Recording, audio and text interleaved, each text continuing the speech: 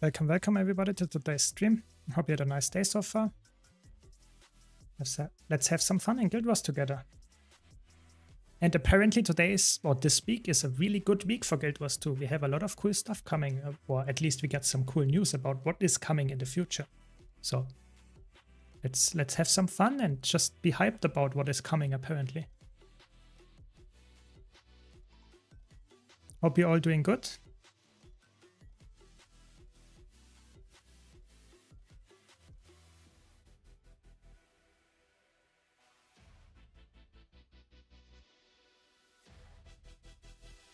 So there we go. Let's finish the map completion here. And as always, if you have any questions, please let me know. I'm always happy to answer the debate, help you out, at least if I can. Other than that, we have just some PvE today and just have some fun together.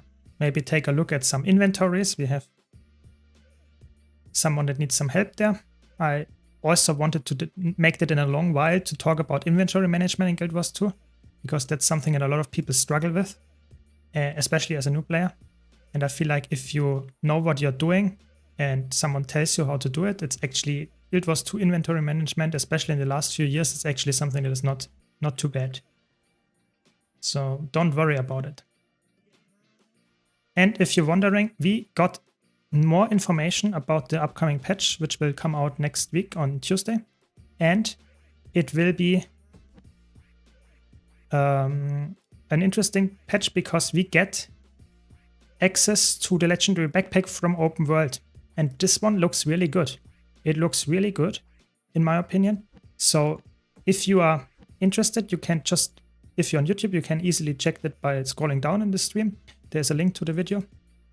Or if you're on Twitch, you can just type !backpack. And then there's a link of the official Guild Wars 2 channel, which showcases the backpack. And it's, in my opinion, a quite nice one. So even though I already have backpack, a legendary one, I will still go for it probably because it looks quite nice.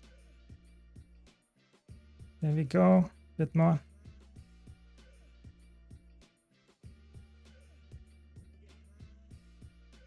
Yeah, but if you have any questions, any feedback, let me know. I'm always happy to improve as well, or give you some help to improve too.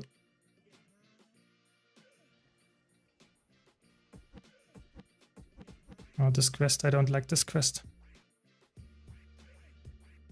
Every time I do map completion, I think this is the last time I do it. And now it's my 13th time, I think, that I do map completion. Welcome, Eamon, you're here. Perfect. So we can start with your stuff. I just waited for you. So give me a second and I can set it. There we go. So you should see it now. That's your inventory. So I will go over the stuff that you have in the inventory and I will give you my opinion what we should do with it. There is obviously not something that is in that sense perfectly objectively true. Sometimes you need something and you will want to keep it.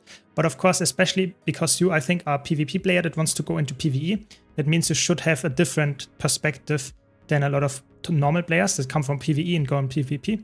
So that means this is an inventory from a classical PvP player because you can see they have a lot of white gear, like white hammer, white sword and that stuff. And that's because in PvP you can easily equip the common version, so the white version of an weapon, and you get the perfect weapon, so to say, to use, because the stats don't matter.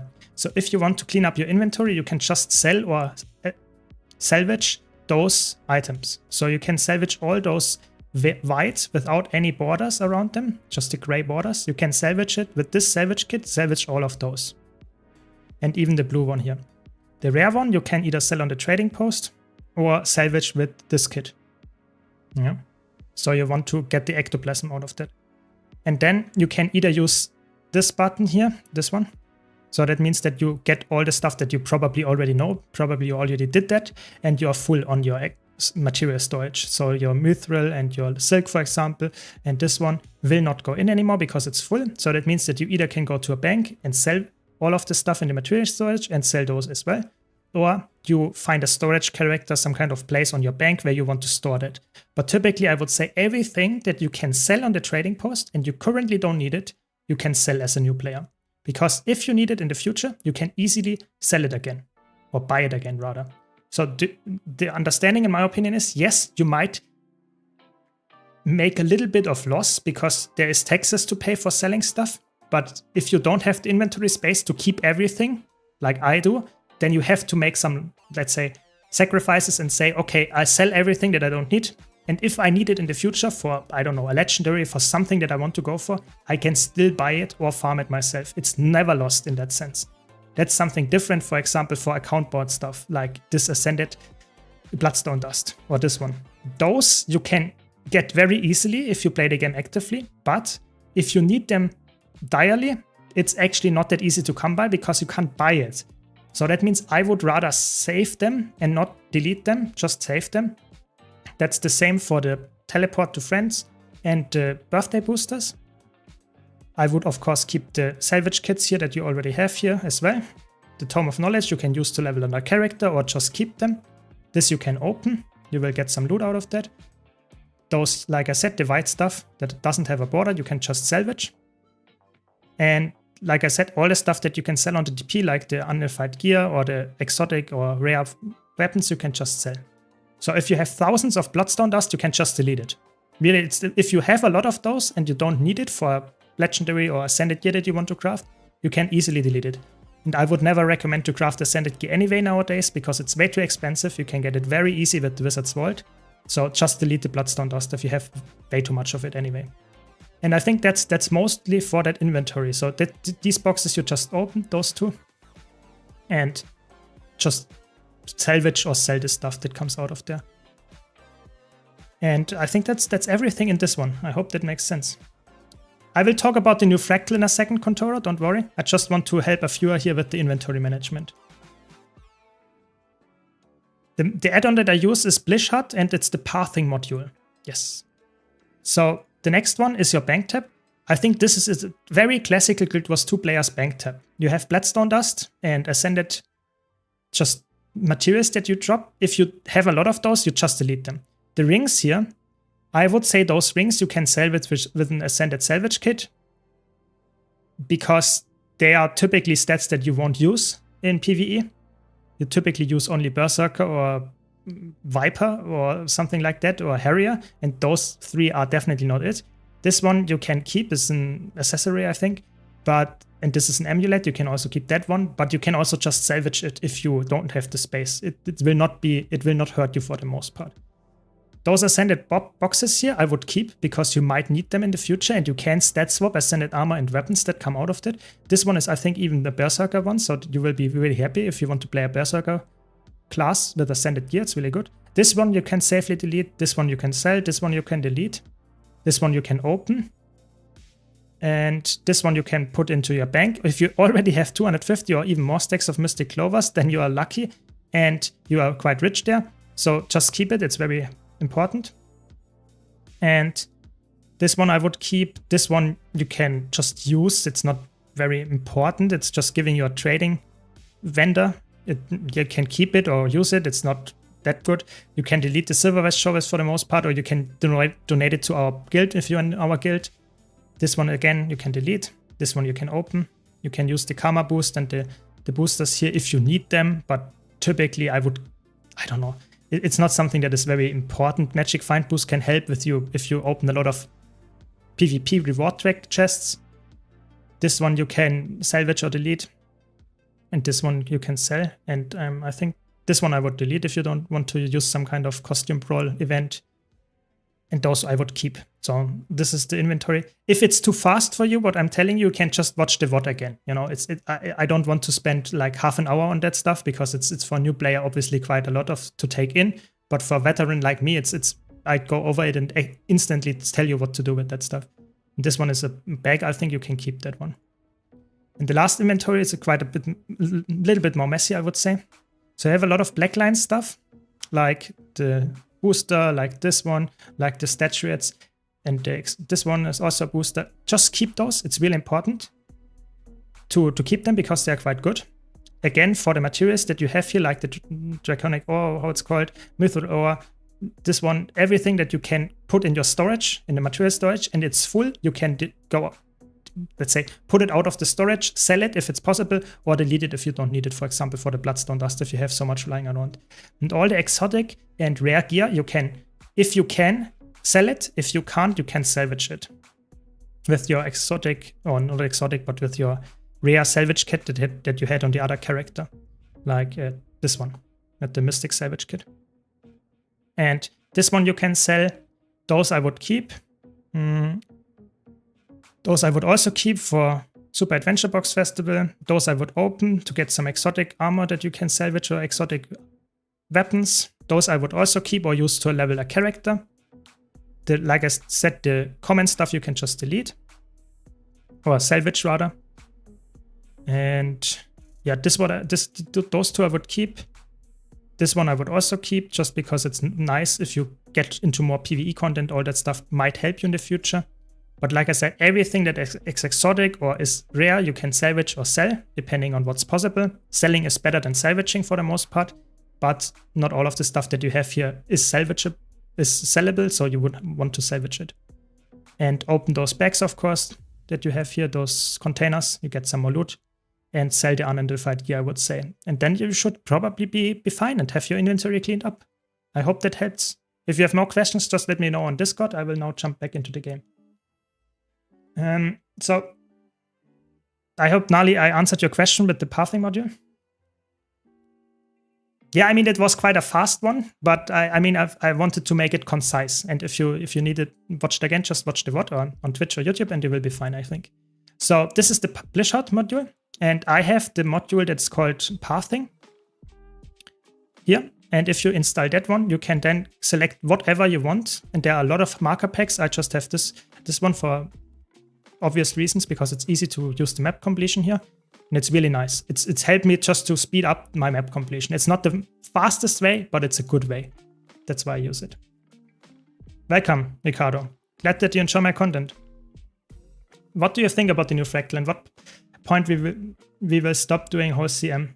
It's already taking more than hours for daily.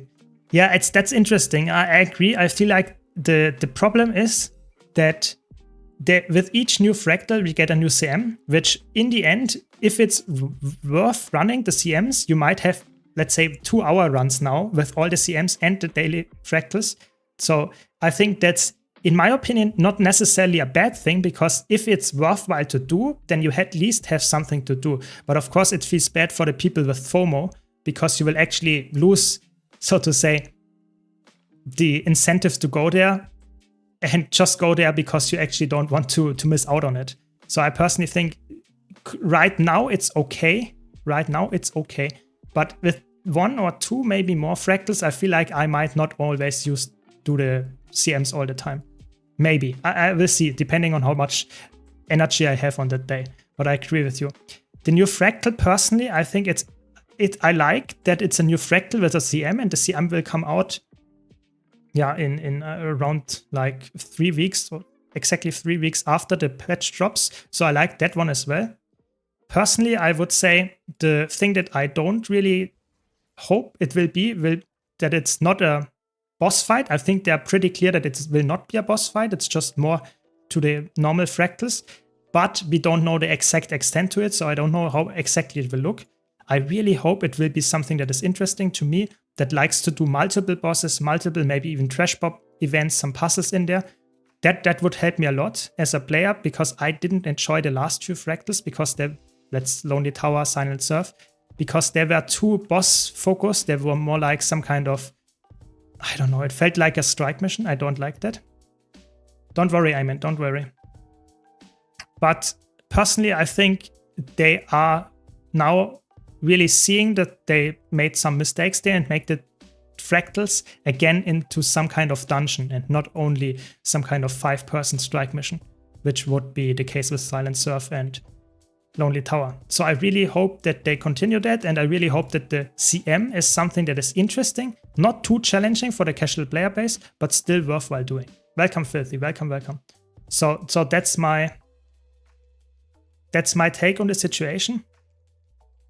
And I really hope that the story that we get from the bears and stuff is running passively in the background. That we don't have the bears talking and we have to just wait for 2 minutes until they are over with the roleplay.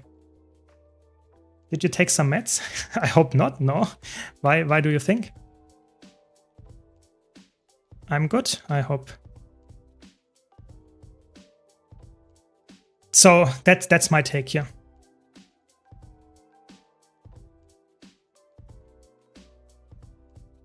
Ah, that's why.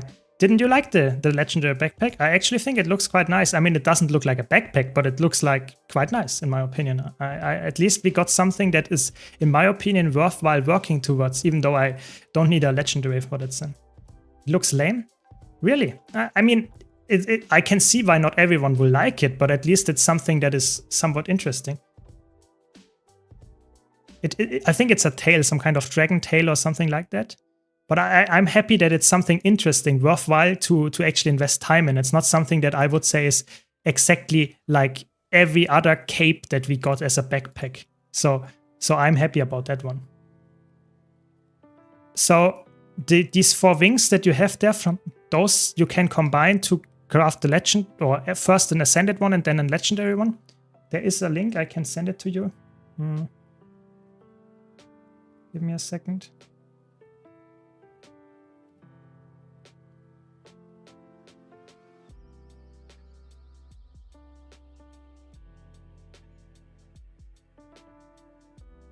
You can go to the Mystic Forge and craft them. I can send you a link how to do that. There you go. I posted in the YouTube chat. Yeah, if you haven't seen the legendary, you can just scroll down on the YouTube chat or on the YouTube description of the stream. There is a link to the video where they showcase it. If you're on Twitch, you can just type !backpack and there will is also the link to there. It would be interesting if it's around the difficulty of 100.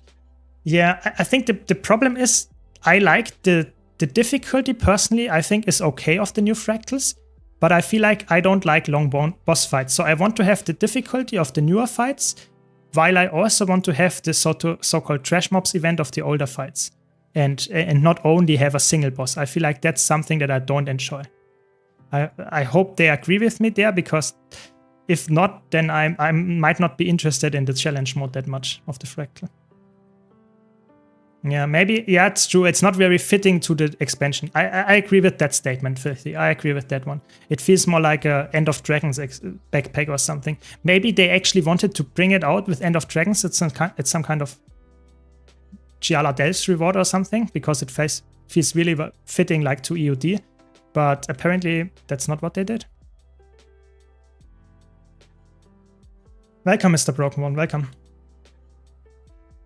Yeah, I try my best to make content that is somewhat useful to newer players, but still also to veterans as well. And of course, I try my best to not make some kind of nonsense. But of course, sometimes you have opinions that other people don't share. And I really hope that I can express at least my opinion in a way that is not offending anybody and is hopefully also understandable why I have that take. So glad you enjoyed, Mr. Broken One.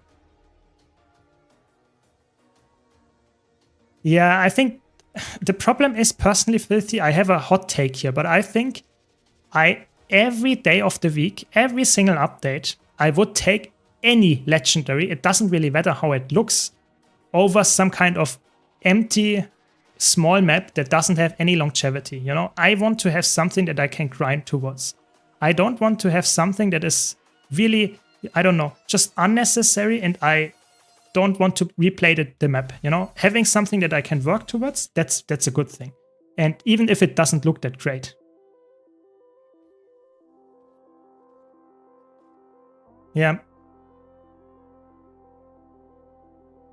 That's cool, because the game is huge and overwhelming for new players, but us veterans run out of motivation to play much. New content goes by so fast.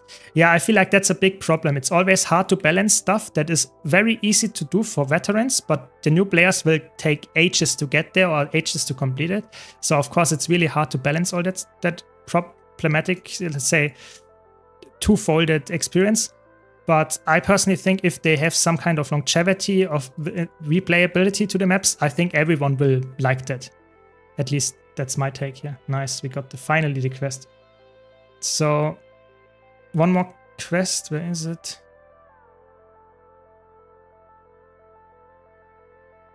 I was there before.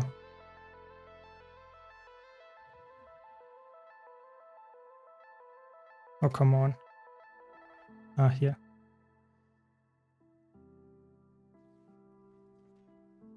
Yeah, like they were thinking, let's give them something ultra shiny that transforms into an artificial dragon glider. Yeah, I think they wanted to give us something that is not only shiny, but also fills 2 slots, you know? Not only the slot that the backpack normally fills, but also give us some kind of reward for going for the backpack so that people are even interested to get for the glider, for example. So I personally just like having more incentives to go for legendary. But of course, I can totally see why you wouldn't like the design of it, you know? It's always with legendary. I think every single legendary in the game is subjective if it's nicely looking or not. So I'm just happy that we get something with it that is, at least to me, somewhat interesting and unique. That's my take on that. But I can see why you don't like it. Is Firebrand easy to play in casual style for a new player? I want to play an easy PvE class with useful and party. The sad truth is Firebrand is one of the hardest classes or the most intriguing classes to learn. Yeah, if you like it, to learn something that is not too easily played, then Firebrand is really good, but it's not the best one to start out playing, especially heal Firebrand. If you go for a DPS Firebrand, it's not that bad, but even there, it's not the best one. Yeah. So if you're wondering why I don't follow the trail, I already started the map completion years ago, so now I have to go back to look for the missing icons here. So Firebrand, in my opinion, not the best choice for a new player to start out with. I would start out with the Dragon Hunter as a Guardian and go slowly from there and improve. Oh, there we go. Do we know what legendaries will be in the new Wizards World? No, we don't. But of course it will be, I think it will be 1 new and 2 old ones or something like that. So it will be, it's not very, there are not that many left anymore. I hope it's for, maybe, I think people still hope for the 2nd Greatsword. Let's see if that's the case. But yeah, we will see. I feel like they should start doing something with the underwater content. Yeah, that would be very interesting. I think Underwater in Guild Wars 2 is something that not a lot of people are interested in. But I feel like if they would give us that, maybe there would be some incentive to go back to it. I agree. But I also feel like underwater content is not something that I personally would engage with all the time. It's not something that I'm really interested, but at least it would be something new, I agree. Is doing expansions a good way to earn hero points? Yes. Expansions give, if you go for the maps and do the map completions, you get a lot of hero points there. That's correct. You'd start with DH over Willbender? I think it's more your playstyle dependent. Some people like to go for Willbender, some people like to play a Dragon Hunter. I think both of them are quite fine. It's more like you really want to play the class that you enjoy the most. I would not start with Firebrand. That's the only thing that I would say is not for a Guardian player what I would recommend. Start with something that is a little bit more straightforward and not too hard to actually play. I guess let's do some Harvest Temple. Oh god. I'm always excited to go for Harvest Temple in a pack run.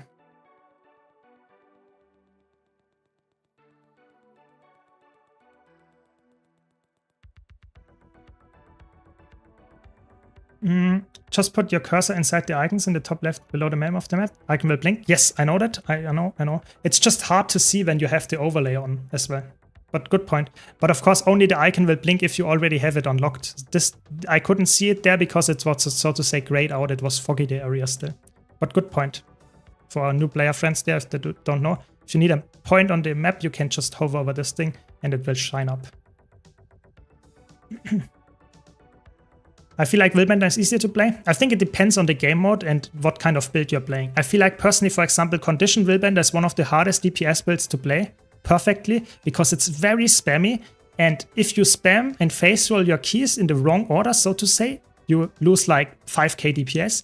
If you spam and use it in the correct order, you have 5k more DPS, yeah? So I feel like, yes, you're correct. Maybe to start out with, Willbender might be easier than Dragon Hunter, but to master it or to get it to a level where I say this is a really good DPS, then it's harder to play.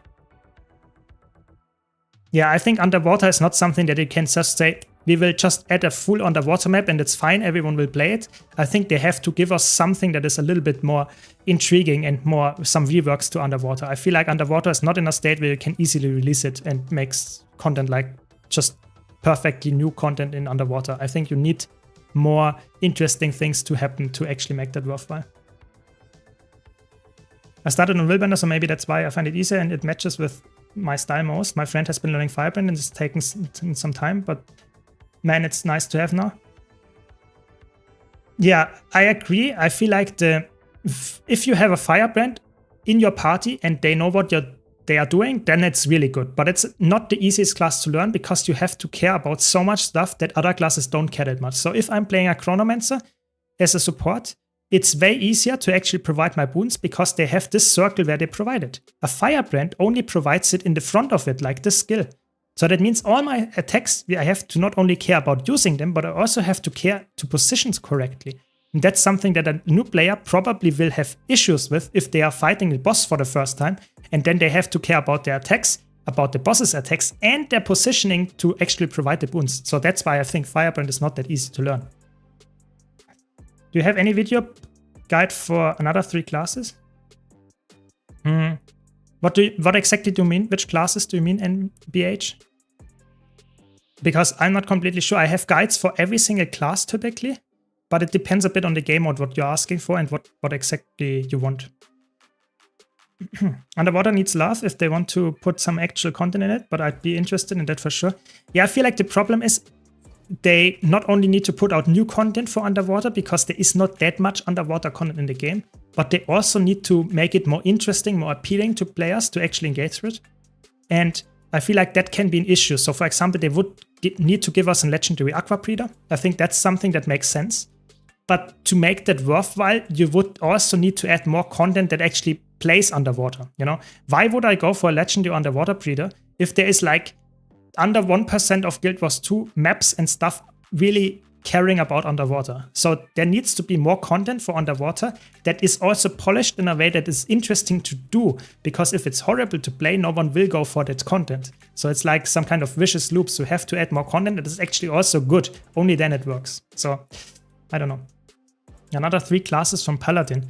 And you mean Guardian, because Paladin doesn't exist in Guild Wars 2. So I have guides on my YouTube channel. You can just check out my guides section in the playlists, and there are guides for every single thing. So if you want to go for a solo build, you can check my solo build playlist. If you want to go for a PvE guide like Dragon Hunter, like Willbender, I have guides on those, Firebrand, in my YouTube playlist correspondingly. Yes, I have guides for every single spec of Guardian. That's correct.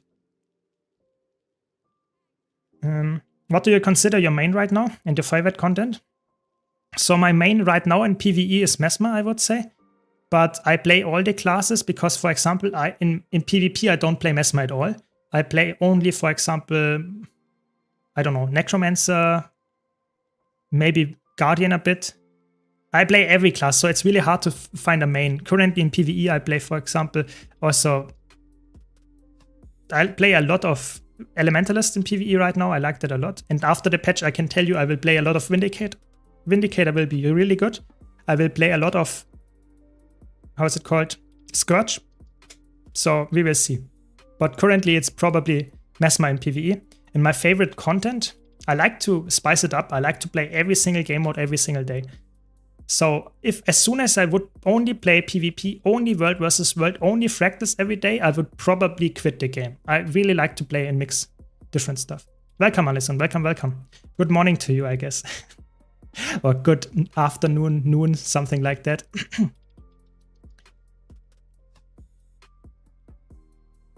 Spectre is gonna be really good, right? I think Spectre rework will be really interesting. Spectre is already really good, and I think with the new balance patch, it will actually be a really good one. Yeah, I agree. I'm so hyped about the new relics. I think this time the new relics are actually insane. I'm really happy about them. So let's see how well I predict that, if that's really the case. But I feel like they will be really good. Really, really good. I think Alacrity Vindicator will be...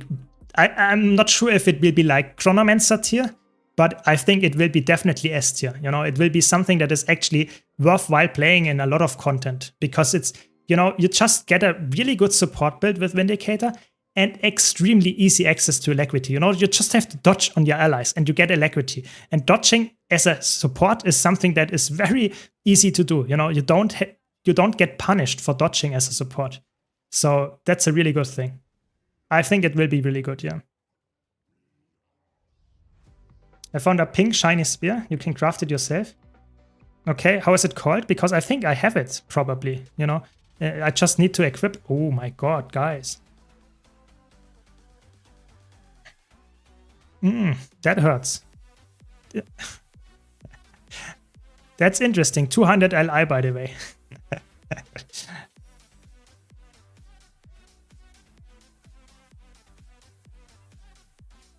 Ignus Fatus. Okay, I will check it after this this run here, I guess.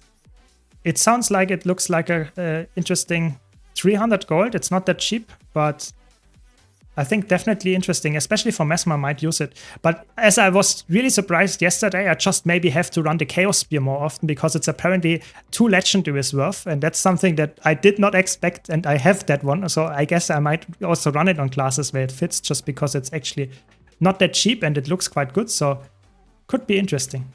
But currently I actually enjoy the one from Chantervalds actually quite a lot. Fits on a lot of classes personally. Yeah, it's actually crazy. I think it's just because they don't reintroduce new. They reintroduce the old stuff on, I think, one occasion, and the chaos weapons were just introduced once already in the past, so they will not go back and reintroduce it again. And that's just, there is no way to get them reliably. And that's obviously something that keeps the price going up, especially because I think the spear was introduced later. So it was already out, the chaos set, and we got, so to say, the chaos weapons already out before that. So it's actually a lot of stuff that it happens at the same time, why this is so expensive, and people like it, of course. That's the main factor, I guess. If no one would like that skin, then it probably would also not be interesting and expensive.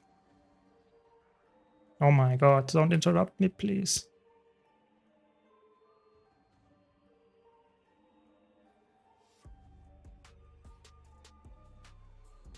So let's see. I'm always very scared for the orb phase in this one, even in the normal mode. I don't know, people are really just not really good at this one. Yeah, I think the pink one for Mesmer fits very well. I think there are a lot of those weapons, like, how are they called? Vision or something like that, and I think the Chaos Gun is also pink. I think there is actually a full set of those weapons for Mesmer that actually look very well, in my opinion, or fit very well to Mesmer at least. Not all of them are that crazy good, but or how is it called? Shield of the Mists or something like that, yeah.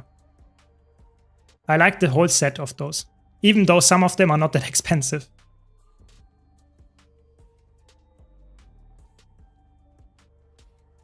Yeah, exactly. Axe, Scepter, Greatsword, Shield, and Swords, yeah. I think they are actually underwater weapons as well. Not only the spear, but also others.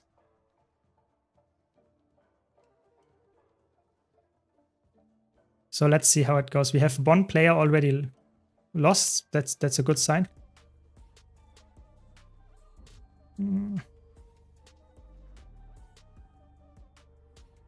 Are there any news about reworking raid reward system to make it worthwhile? For people that are not only aiming for legendary armor? I think they are really scared to touch the raid rewards, and that's in my opinion a really bad thing, because I feel like the raiding community already is not incredibly big, to put it mildly. And I personally think that not changing the reward structure of raids is a big problem. I personally think, for example, I'm not joking, I personally think the reward structure in raids could be its saving grace if they, for example, give us, especially the veterans, an incentive to go back every single day in some kind of raid that actually gives us just gold for doing it once a day, you know? So every single day there is one raid, wing maybe, that gives us 1 gold for killing each boss, you know? And then you would actually have people queuing and playing this raid, even though if they already did the weekly reward. Yeah. And I feel like this is something that we really need, because currently we don't have that. Oh my god, what killed did one-shotted me here? That's something that we don't have. There is just people that are really tryhard. They will do the raid once per week. This guy feared me, I think, while I was dodging the attack. That's mean. But I feel like I totally agree with you. The legendary armor, especially now that we have the open world legendary armor as well, so people are not really incentivized to go to raids just to get the legendary armor, is a big problem. People are not really interested in doing that all the time, because you can easily get all the stuff that you get from raids, except the ring, from other content as well. And the ring you actually can not true, you can actually get 2 world versus world rings, so even there it's not a problem. Yeah. So good point. They should probably just buff the rewards of raids to some extent. Ah, you're in the squad. Very good. Don't worry. Happens to the best of us.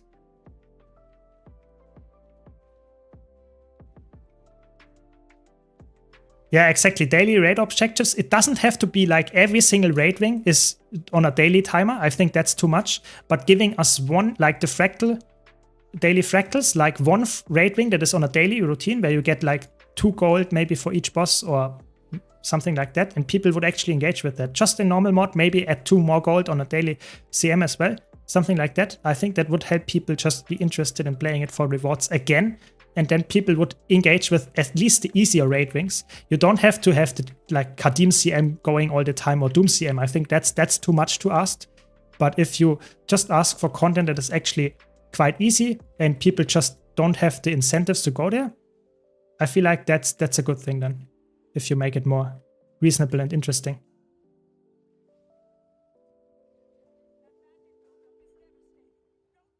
But of course, raiding, I had a really interesting conversation last week, I think, on stream. Raiding is something that is very unpopular in Guild Wars 2. So the player base in raids is lower. I'm not joking. That's a fact that ArenaNet mentioned to us. Is lower than the PvP player base. And people always say, oh my god, PvP is a game mode that no one plays. Raids is even less people that play it. So keep that in mind. Raids are not very common. It's quite crazy to think about that, I would say.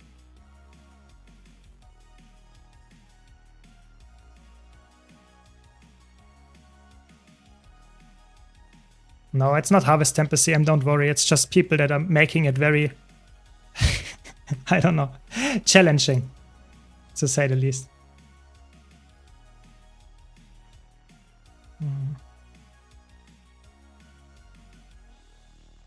Huge learning curves to do raids.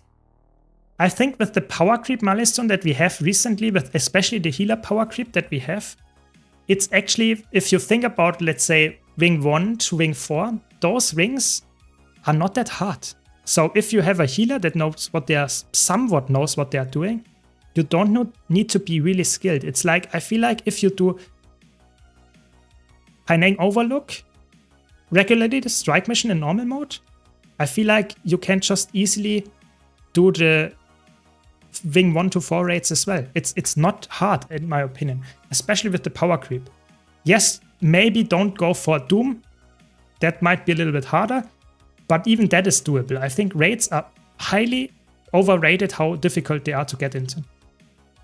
Yeah. You need to be trained for it. I think, yes, you're right that if you have 10 people that never did the raid, it might be a little bit challenging. But if you have at least 1 or 2 players in the squad that actually know what they were doing, you can actually carry a lot of players with you, even if they don't know what they're doing. So no, no Harvest Temple CM. That's not something that I want to do on stream. Sorry. Has it been confirmed that it's the legendary backpack? Yes, it is confirmed now because ArenaNet released a trailer for it on their YouTube channel, and you can just check it out. It's in the description of the YouTube stream, or in Twitch you can type !backpack to get to the video. But it's definitely the legendary. They confirmed it, yes. It will not only be a backpack, but it will also be a glider. So I guess double rewards for you if you go for it. Welcome, DC. I'm doing well. Hope you're doing well as well. Yeah, it's quite a nice day so far. Yeah. Yeah, of course you have to learn the mechanics. I don't want to argue against you. I agree. Raids is not for everyone, and that's fair. I'm just saying that if they would increase the rewards, people might be more incentivized to actually play raids, because nowadays it feels like if you're not going for legendary armor, why would you go for raids? It's not really good rewards for that, you know. Only if you're really fast, then it's a good gold per hour. But for most people, you will take way longer than doing just some random open world stuff to get gold. So that's what I want to say. Yeah. It is really sad that the most played content, most MMOs raids are one of the least played content in Guild Wars 2. The reward to challenge ratio is just not good, especially playing with randoms. I think that's a good point, that the reward is quite bad, especially if you're not in a tryhard run. Definitely. But what I want to see, or what I think is also a problem, is that Guild Wars 2's community is just not made for raids. Guild Wars 2 never had raids before Heart of Thorns. So a lot of people that joined the game because they liked open world. So now they introduce raids over the last, let's say, 8 years, something like that. 10 years maybe, depending on how long they worked on that.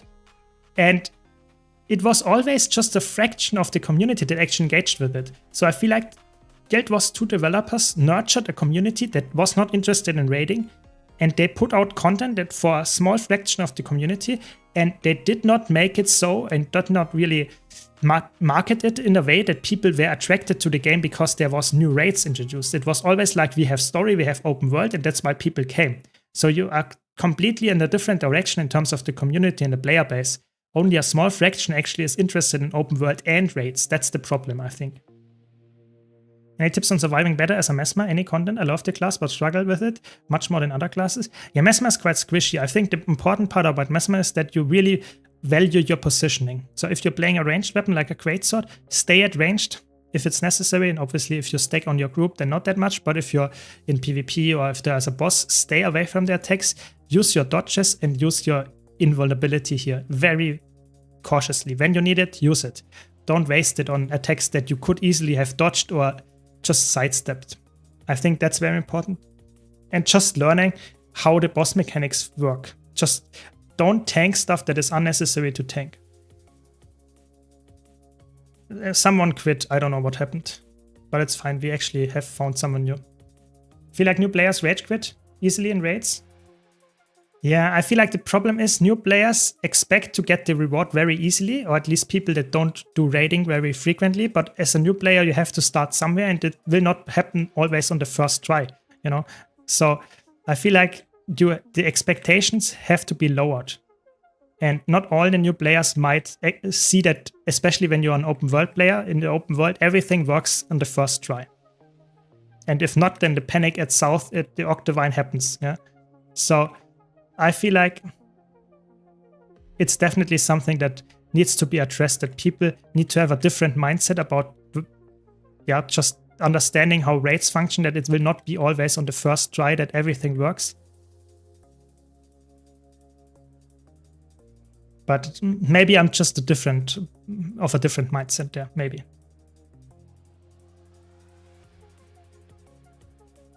Ooh, that was a nasty teleport in the last second. Yeah, thanks, Arthur. See you later. Or next time, I guess.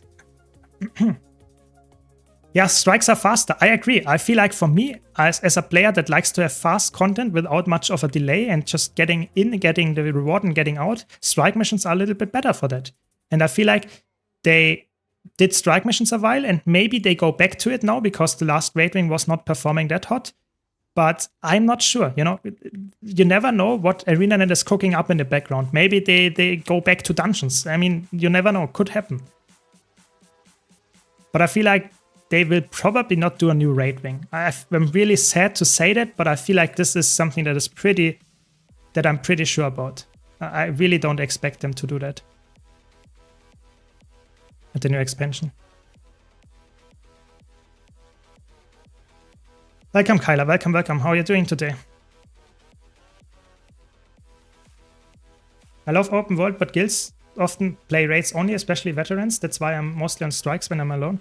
Yeah, I agree. I feel like rates are like really like people are very likely to be in some kind of static, the tryhards. And it's really not like people are publicly queuing in some kind of LFG. It's really rarely the case that you have crazy good people queuing in the LFG. It's more like people that are somewhat decent or not that good at raiding, they queue in LFG. The really try-hard groups are more like complete closed off from the public, which is a really sad thing because then you will probably not get some kind of experience growth of the general community.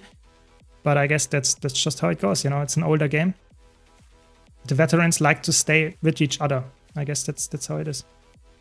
New players are lucky to get into a group if the leader doesn't like the equipment or what they are playing.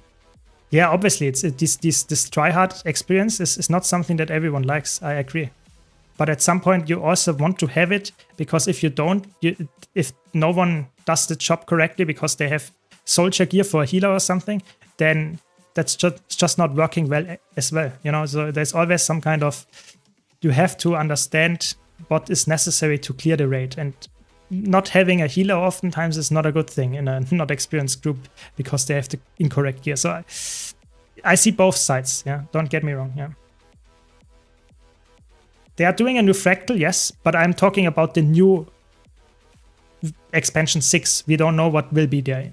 I think a new fractal is quite likely, but if there will be a new raid, a new convergence, or if there will be a new dungeon, we don't know. Or a new strike mission? We don't know. I expect it will be a strike mission with a new fractal. Or maybe just a new fractal could also be the case.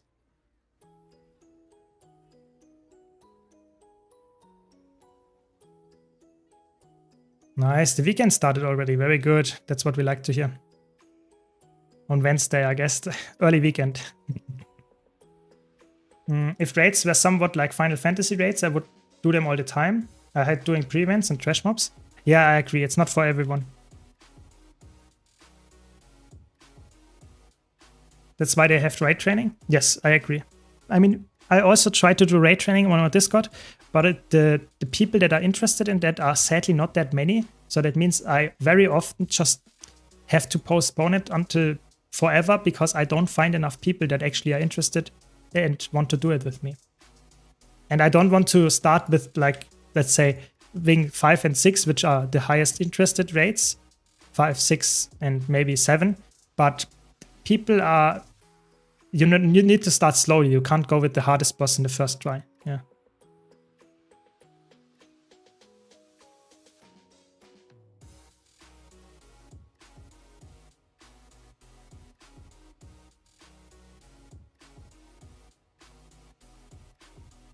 I just want to go in, fight the boss and its mechanics and be done. Yeah, fair point. Fair point. Guess the year Guild Wars 3 will release. Oh. That's like a, I would say, educated guess at best, probably more like some kind of random prediction. So I feel like we will get expansion 6 2025 in October. That much we know. I feel like we get new updates until 2026 October, maybe August or something. Then they might announce that they are working on Guild Wars 3 and that Guild Wars 2 will get into maintenance mode. I feel like this is the most likely scenario for me personally, which is not a bad thing because that means you can still play Guild Wars 2, you can still have a lot of content in the game. And then I think they will work on Guild Wars 2 in the meantime, just put out some new updates, small ones, but no big expansions. And they will probably announce Guild Wars 3 at the end of 2026 and then work for 2 more years on it. And I feel like the expansion or Guild Wars 3 will release in 2028. That's my expectations. Yeah, maybe we get an early access 2027, but I doubt it. Yeah, that's my prediction. What are your predictions? You know.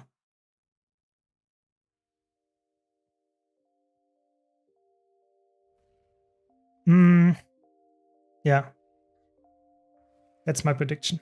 What is the best way to get decent World vs. World gear? I mean, you can actually just play World vs. World and get exotic gear there, or you can buy it from the trading post. Exotic gear is decent, but of course it's better if you go for full Ascended gear if you have it. You can Ascended Gear, if you have some of it, you can actually... What is going on? Countdown? Yeah, so I feel like getting Ascended Gear might be the better choice for you because you then can use it on multiple characters and you will have a better time with it. And it's a little bit better, of course, than Exotic. But the best way there is to get it from the Wizard's Vault and just get it there. But of course, it's not the easiest way to get that because it takes a while to get all the pieces.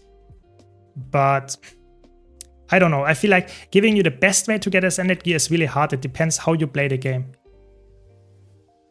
So I have a guide to get all Ascended Gear. You can check that out on my YouTube channel, where I tell you what to do to get Ascended Gear, all the possible modes, and then you can decide which one is the best for you. Because it feels like it's really hard to tell a single player, this is the best way to do it, because maybe you play only World vs. World in PvP, then you have a completely different objective in how to do it. So raiding can be good, fractals can be decent, but the best one, in my opinion, is probably going for strike missions if you like them, because that's quite consistent. You can do them every day. Yeah, something like that.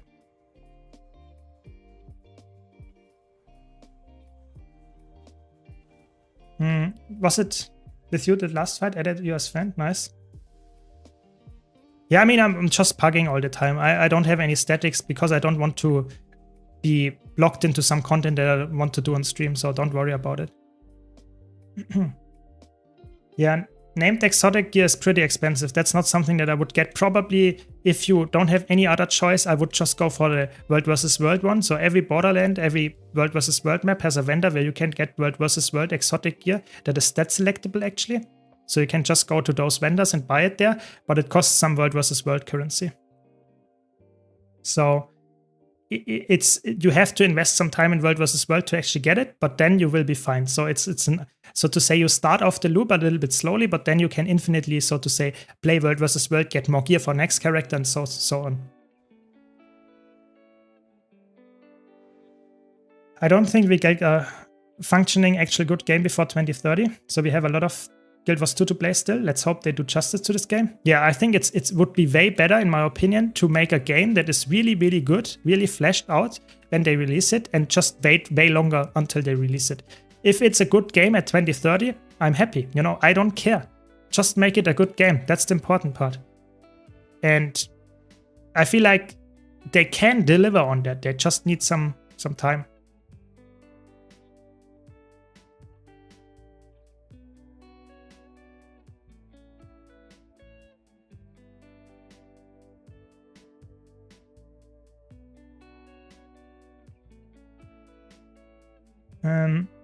What would be the easiest class to get into Fractals and Puck T4?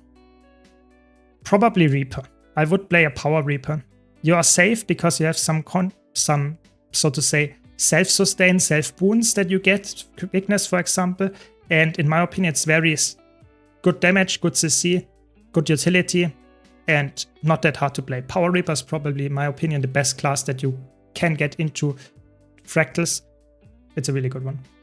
Yeah, Rival Mech is also decent, but the problem with Rival Mech is that the burst is really low. It's like, even in a only decent, not a very high-end group, even there, in a somewhat decent group only, you will see that your damage is quite low. It's easy to play, yes, but I think if you play Reaper, even the low-intensity Reaper build that I put out, you will be better off than playing some kind of Rival Mech in decent T4 groups, because your burst is horrible. It's like you flatline, you know, you do your auto attacks for the most part only. So in Fractals, where the fights are like 30 seconds, I feel like giving the recommendation to a player that Rival Mech is a good choice is a little bit, I don't know, mediocre, not perfect in my opinion.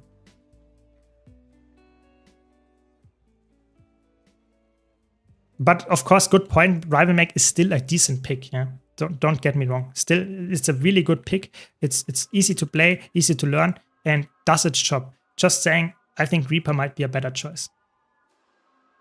I just got Guardian to level 80. What elite spec should I go first? I mean, go for the one that you enjoy the most from the looks of it. But if you don't have any preferences, I would probably go with Willbender or Dragon Hunter, because Firebrand is a little bit harder to play and needs a little bit more encounter knowledge and just a general game understanding to make it work. So as a new player, I would recommend going for Willbender or Dragon Hunter first. Both of them are similar. Maybe Dragon Hunter for someone that enjoys power DPS, and Willbender can be both. So I think overall Willbender is a very solid choice for if you can't decide. I think Willbender might be the safer pick because you can fill actually every role on Willbender.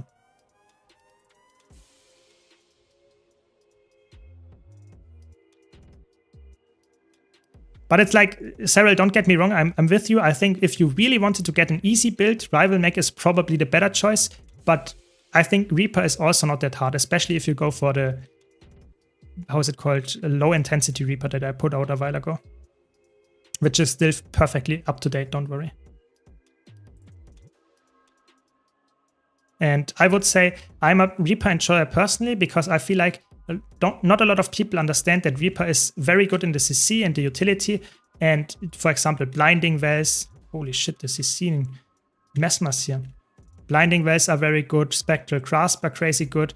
There is a lot of stuff that makes Reaper really useful in tier 4 fractals. It might not be the absolute best DPS in tryhard groups, especially in fractal CMs, but it's definitely a very, very decent pick.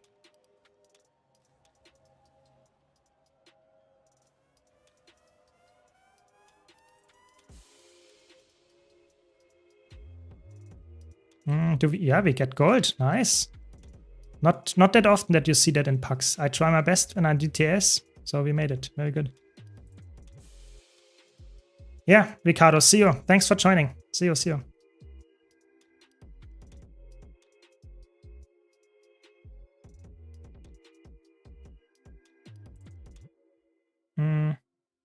Yes, always, if you're a new player, veteran, whatever, and you have any questions, any feedback, please let me know. I'm always happy to debate stuff, to discuss stuff, especially if it's regarding some kind of predictions about the future of the game and how it looks, because I feel like that's something that I really like to talk about, and I really hope I put out some videos in the past, and I will put out more about my predictions for Guild Wars 2's future, and I will be so happy when there is actually some development in the future, that we can then look back to my videos, to my streams, and said, oh my god, we were so wrong. Or holy shit, we actually predicted that stuff. I think that will be so fun in the future to look back to this moment. So I'm really liking to talk about that stuff. Yeah. Exactly, exactly.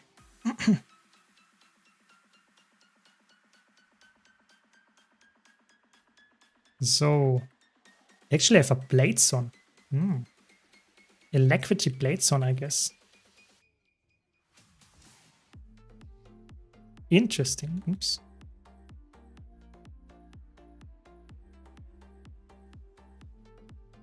No, it's not Alacrity, it's Power.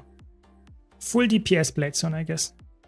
That's okay as well. We don't see Blade Zones that often. So we're always happy if there's someone that actually does the job correctly.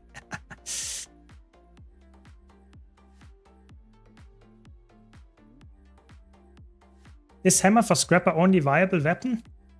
The problem is Hammer is really overloaded in what it does. It does a lot of damage. It has very good utility with reflects, with just evades, and that's the important part, with blast finisher or with leap finishers. As a Scrapper, if you play the Scrapper variant that has the quickness trait, you have to go with Hammer. It's just straight up the only weapon that is actually doable for a power DPS, because you want to be able to apply quickness by using leap finishers and getting quickness to your allies because of that.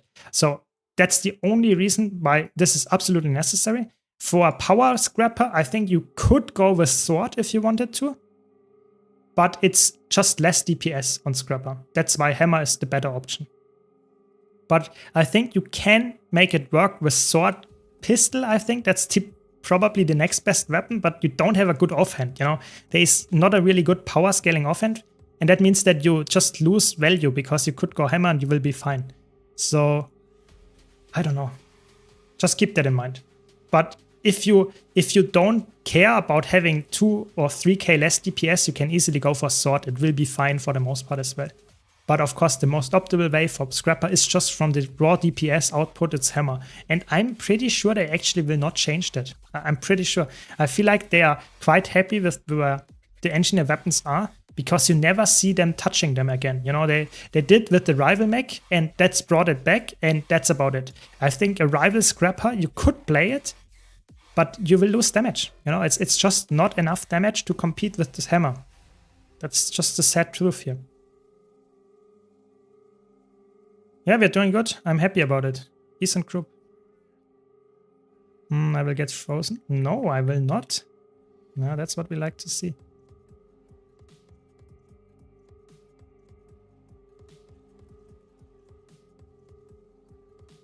But I don't have quickness. That's not what we like to see.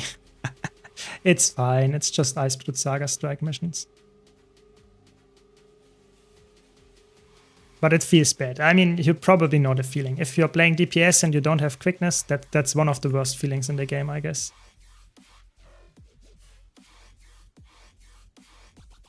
I mean, we're doing fine, I would say, for the most part.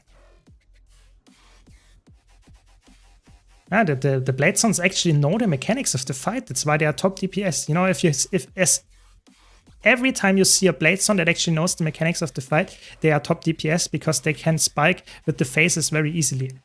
That's the good part. But if they don't know the phases and how to deal with it, then they will struggle.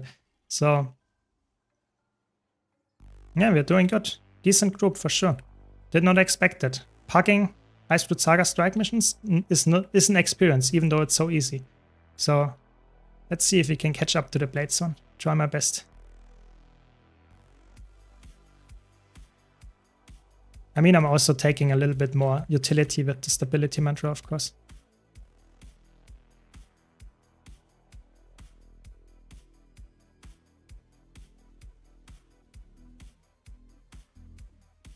Nice, we did it. Small, but we were top DPS, I guess.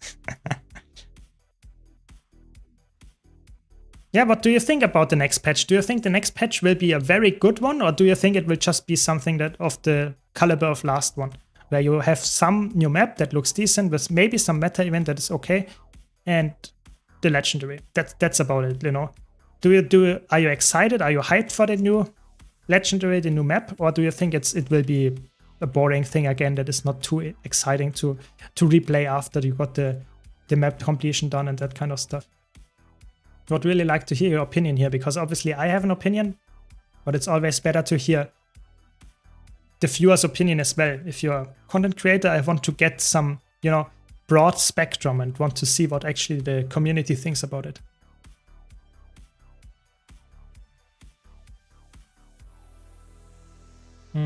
No hopes. Yeah, I mean, that's probably what a lot of people think about the game.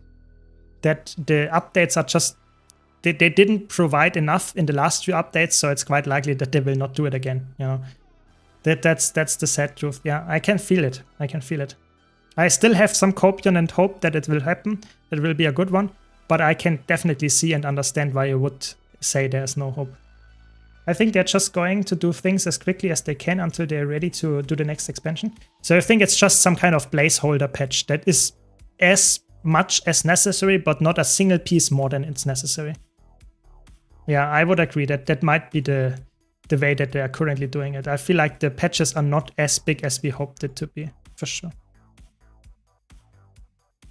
It might be a little bit better since they are late with the next story. Maybe. I feel like maybe the last patch is a little bit more like some kind of boom. So it goes out with a boom, maybe. You know, that we don't have a content drought with the last patch being really horrible. So maybe they want to have some kind of higher standard for the last patch, maybe, because it's also giving us a fractal and the convergence CM. I think that's something that helps keeping us entertained for longer. But at the same time, I don't have any, so to say, proof that this will actually be a better patch than last time. Oh no, I didn't cast my mantra. But we will see, you know, only the future can tell. I don't want to be a doomer or anything, especially if you're a new player. There is so much stuff to do, even if the new patch will not deliver a lot of content, so don't worry too much about it. Just saying, for veterans, that might be not that interesting. Just thinking both sides. Yeah, I guess that could also be true. Yeah, maybe you're right. Maybe, I don't know.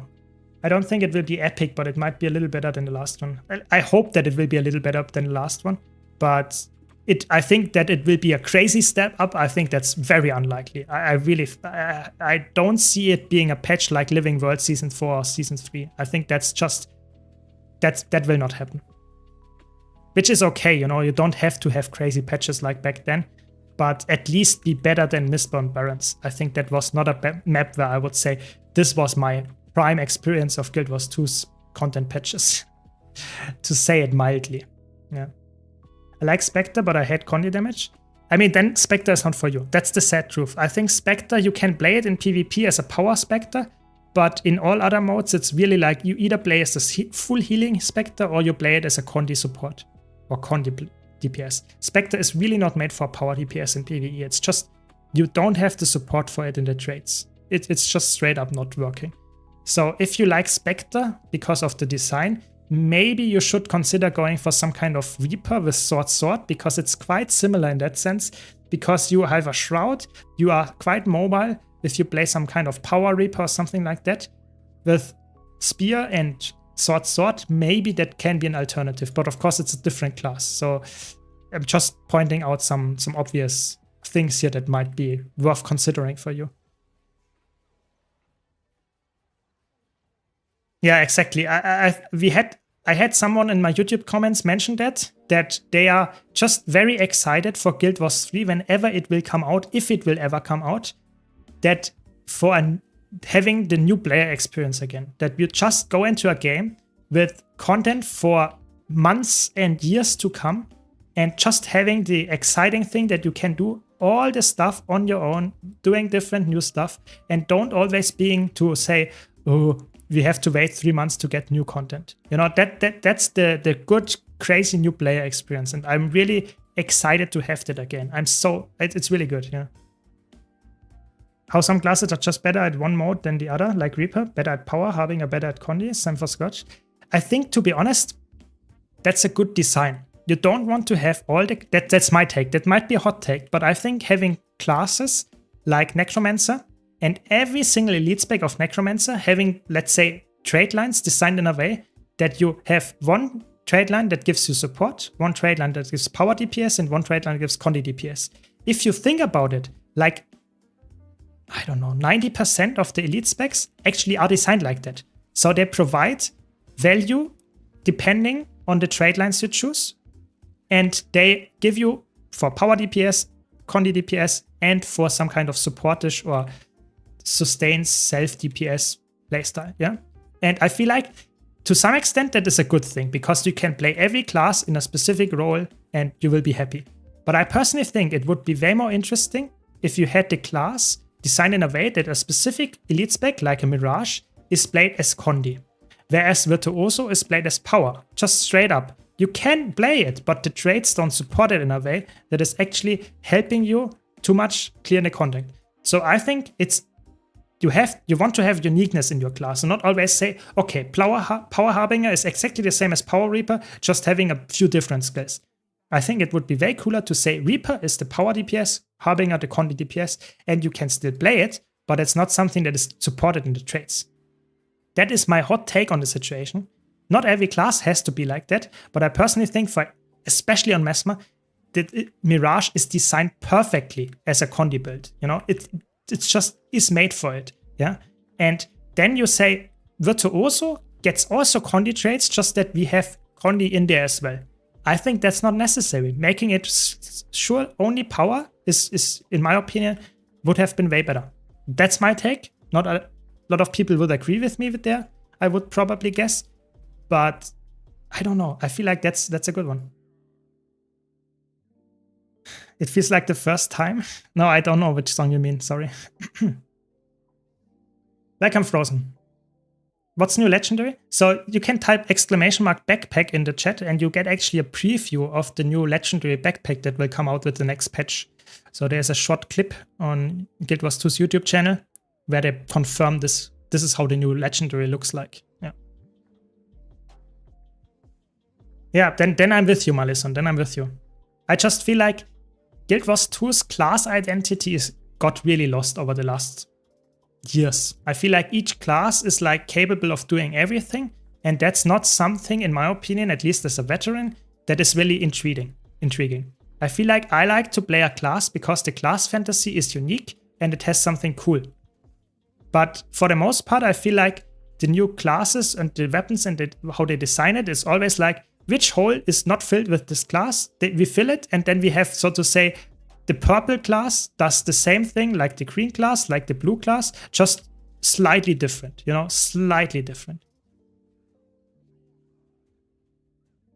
Yeah, that's it.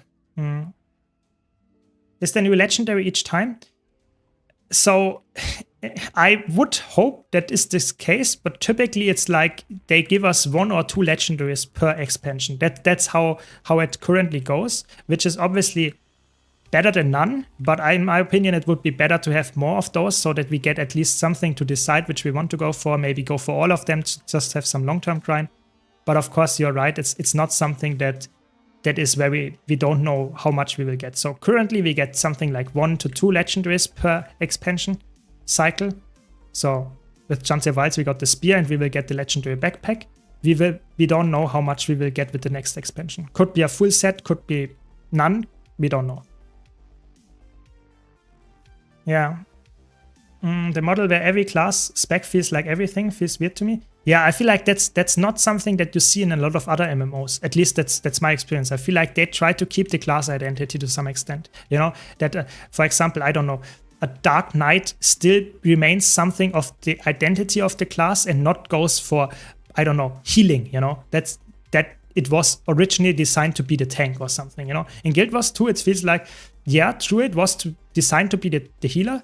And then they said, we could put in some Condi DPS. And then they said, yeah, power is not in there. Maybe we put some power DPS in there as well so that people that play and enjoy Druid will actually can play that as well.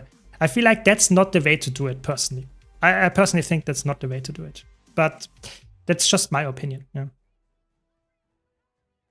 If you're good at everything, you won't be extraordinary at something. Exactly. I think it would be way cooler that, for example, you take a Mesmer as a power DPS on Virtuoso because you want to have the distortion in there, you want to be a safe pick and have some range in there, and you take, for example, the Condi Mirage build where you are way more in the face of the enemy and way less, so to say, sustained than a Virtuoso, and you pick that then there. So making it more unique when you pick a specific class than just saying, you know, I'm more a fan of a Mirage, so I play a Power Mirage, and then I play a Condi Mirage, and I can even play a support Mirage with the next patch. I feel like that's too little of a class identity. It feels way too much towards people that are just playing a single class and they want to do every role with it. I feel like it's not helping to get people into new classes, which is, in my opinion, a very important thing to do about Guild Wars 2, because only then people actually understand the game better and have more fun to grind for new gear.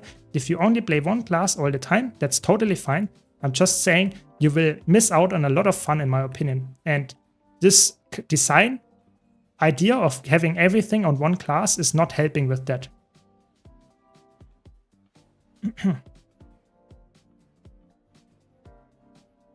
Yeah, I think the Trinity could be interesting. I agree. I think having some kind of Trinity in there, that might be something that is actually worthwhile doing and interesting for sure. Thoughts about when Guild Wars 3 could be announced? Rumor has it maybe after next expansion. Yeah, I mean, I mentioned it in my last video, and I feel like the next expansion will be the last one, and I predict that Guild Wars 3 will be announced in 2026. That's my prediction. But maybe earlier, you know, I'm always open. I just want to have a good game. That's my biggest hope for the game.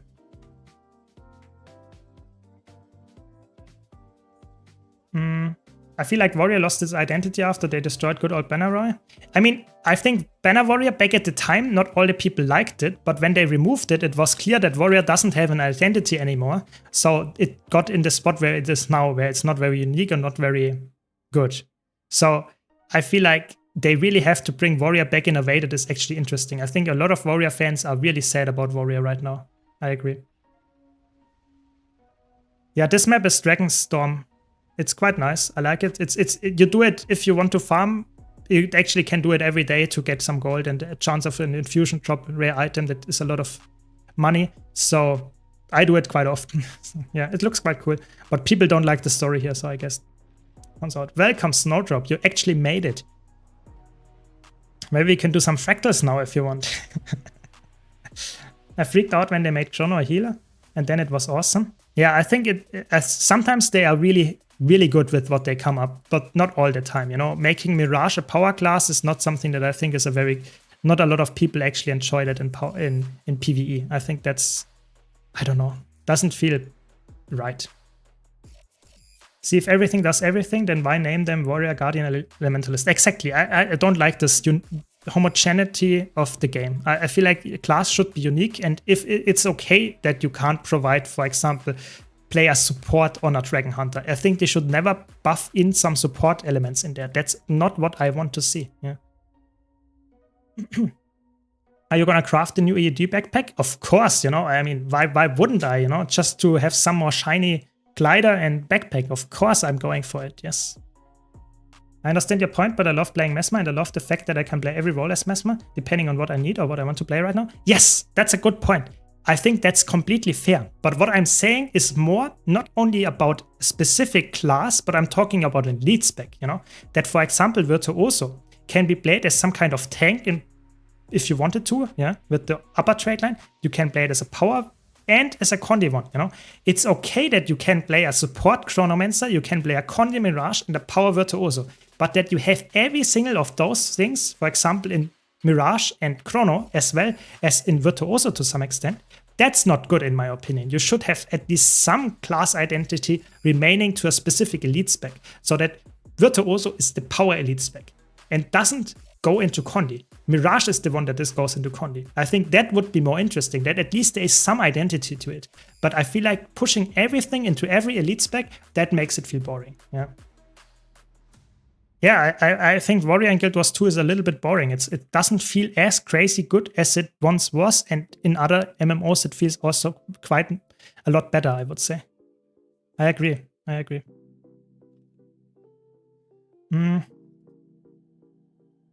Doesn't matter what RPG, it's always the meathead, warrior, barbarian class players that are always whining the loudest. I don't want to generalize here. Maybe you're right, maybe you're not. I just think Warrior and Guild Wars 2 doesn't feel that unique. I think, even though I'm not a Warrior main, not at all actually, I wouldn't say that it's that crazy good. I mean, it's not, if you don't want to, don't worry, you know, I'm just asking, because I wanted to do it anyway right now. I get what you're saying, not that each class can do each thing, but each spec can do everything. Exactly, that's more the problem. I think making every class do everything, I think that's, especially if you have, so to say, one core class and 3 trade lines, elite trade lines, so to say, that you can equip to exchange your role, I think that's a fair point. But having, so to say, within each elite spec, the choice of going for everything, I think that's too much, and that makes the elite spec not unique at all, and just very, you know, like, from kind of some automation, some kind of, you know, every elite spec is the same, just has a different color and maybe some kind of different skills to it, but it's not really feeling different that much, you know. So what do we do? Probably is just some, I don't know how much we need. What is this one? I guess we can do that one.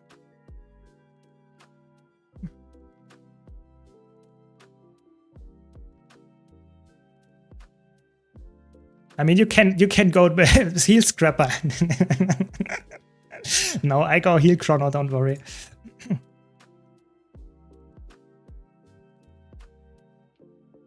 So, I mean, it would be also kind of fit since there are 3 roles and 3 elite specs.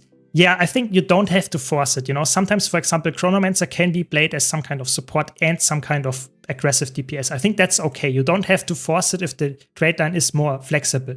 But I feel like it at least should be somewhat limiting, that you don't have to go for Condi, support, and power DPS all the time. I think that's not something that you want to have. It's possible, yeah, but it should not be all the time. I mean, you can join this group and just ask if we can still get in, even though you don't play Boon DPS.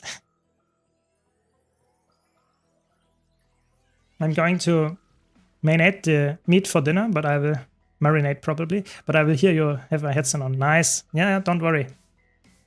Sounds like you're doing a good dish. I like it.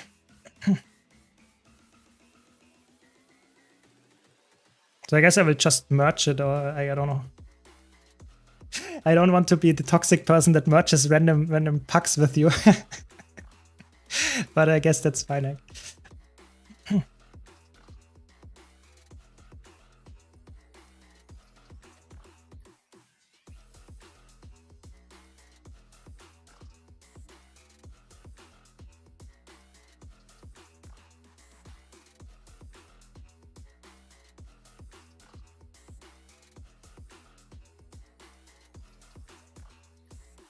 One second.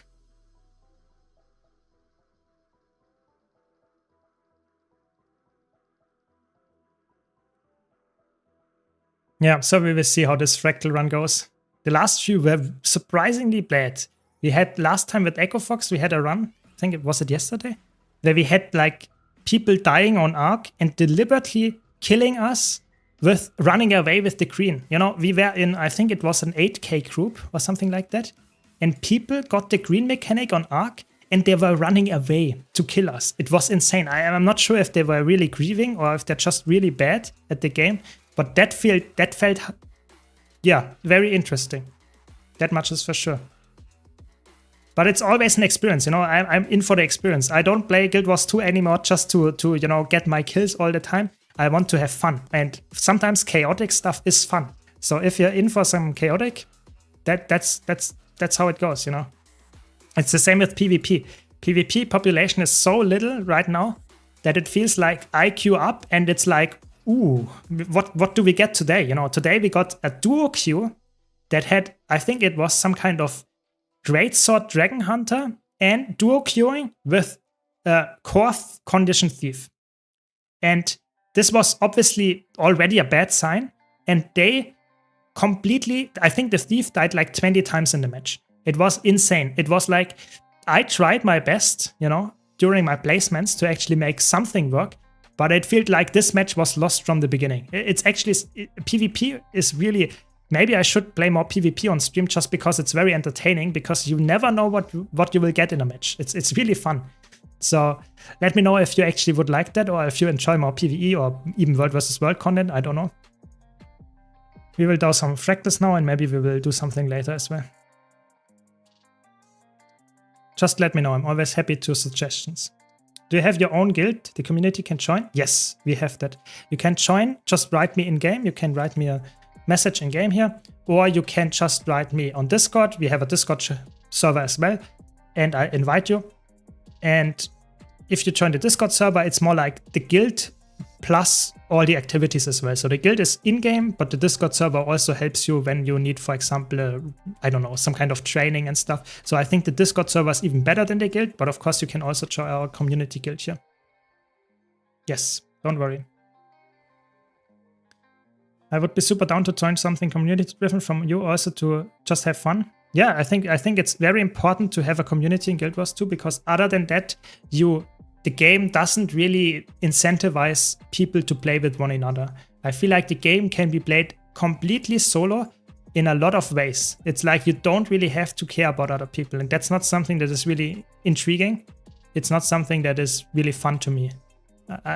As a content creator, it's always better to do something with your community than just playing the game alone. No one talks to you, and I would recommend to do the same for you. Yeah. Welcome, Enid. Until welcome. There's a new legendary backpack. So it will come out with next week's patch. So on June 3rd. And you can type, I can also do it for you, ! backpack.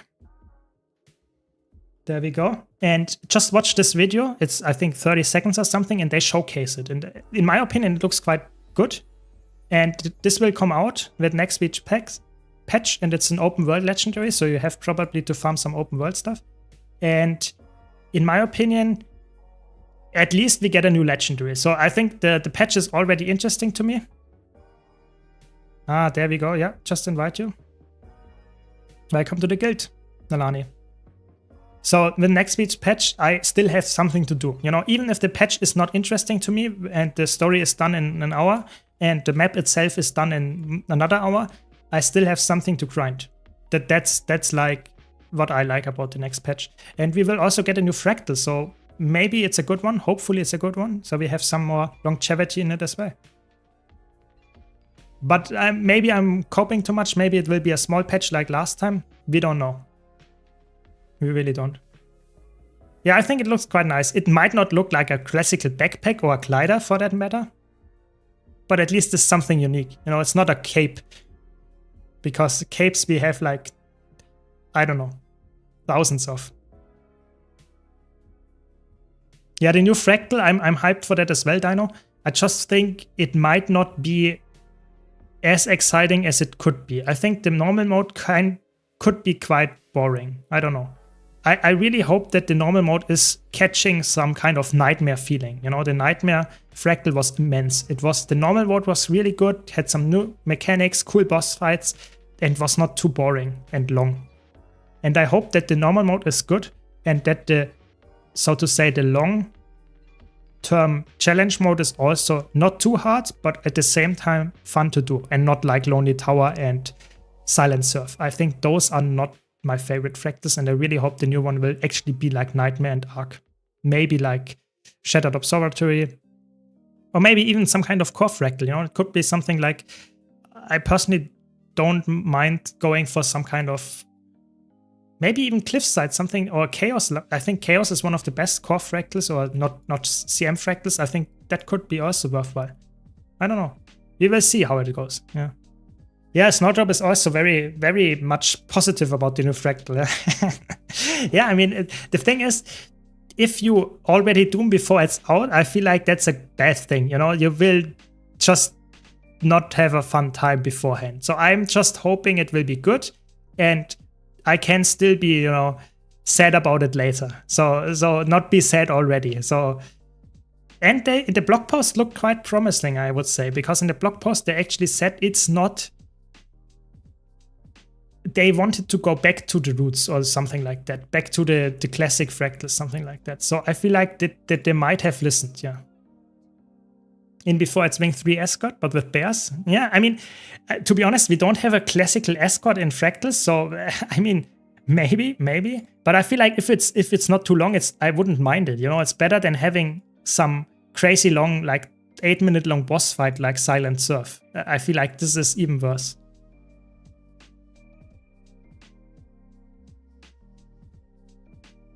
Yeah, glad Intel that you see it that way, and I'm hopefully continuing like that. Don't worry. And pushing out more content, hopefully that you enjoy and that is helpful to you as the Guild Wars 2 community. I think there are way too little amount of content creators active right now, and I at least want to make the game seem active, because I feel like the game itself is actually quite active, the community playing it, but the amount of people that actually engage with playing and making content for the game is not that high anymore, which is a shame, because I feel like the game itself is still good, even though we don't get that much content for veterans anymore. We will see what the future brings. Maybe we get some crazy content in the future. It's actually crazy that we don't get anyone.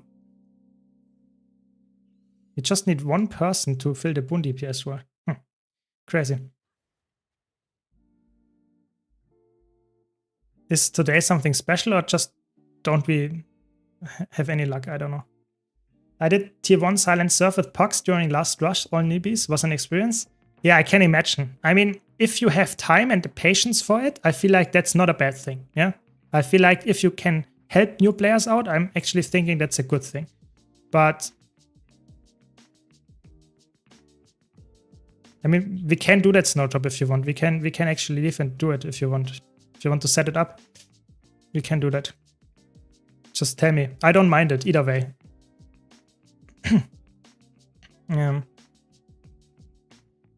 Yeah, so I think going for example, like low tier 1 Fractals or something with a new group, that's always fun if you have the patience for that and you actually help people a lot with that. Yeah.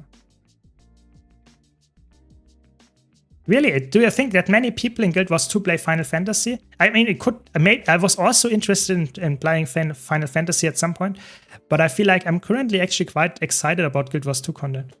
Okay, so let's do that then. Let's do that.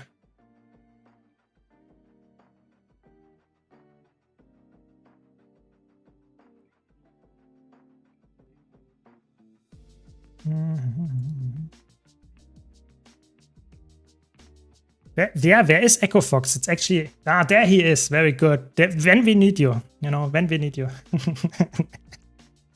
No, we didn't do CMs, but we will do tier 4s as well. We force you to do the tier 4s as well, you know. Honestly, Final Fantasy XIV has good hard PvE content, but that's it. I feel like a lot of people play Final Fantasy for the story. I feel like a lot of people don't even care that much about the rating. I think a lot of people just go in and play for the story only. Yeah. Maybe I'm wrong there. I don't know how much of that people are really interested in. But I feel like it could be the case, you know. Ah, you did T4, okay. Yeah, and then it's fine. We will find someone else for T4. We just want to get something in the we will do the CMs, yes. That we will do CMs and then T4, and if you don't want to do the T4s again, I guess that's fine. We will find someone else. It was fun. I switched to a Celestial build and kept healing, resing, damage, everything. Just tried to keep them alive. Yeah, so you soloed the Fractal in that sense, yeah? I mean, it sounds fun, you know? It's also an experience, you know? Nice, the gamer goes for another one, another round. That's why you should go for a second account, you know? That make it really try-hard group, you know? It's just say, yeah, going for one Fractal run and then just directly after another one, you know? And send the gold over. That's what you need to do. People back in the day did that, you know? Fractals with CMs, every day on multiple accounts. Just farming non-stop Fractals. That's how you get a lot of gold in Guild Wars 2. Yeah. Story is very unbalanced. Shadowbringer is probably the best Final Fantasy game for its own, really. But for example, the last expansion is shit. Yeah, I really can't tell how Final Fantasy is. I want to go harder in Final Fantasy, but I feel like right now I'm just playing Guild Wars 2 all the time. You know, I don't know. I feel like every time I think going for some kind of different game, I feel like, nah, play Guild Wars 2, make some new content for you. You know, I feel like I'm playing a lot less Guild Wars 2 because I make more content about Guild Wars 2, if that makes any sense. So maybe in the future, if Guild Wars 2 really doesn't push out a lot of content anymore, maybe I do that. But right now, it's actually okay. Do we have a group setup or something? How many Fractal essences do you want to go for as KP? The story is big. Dawn Trial was a bit meh, but it was the Soto situation of starting a new arc after years.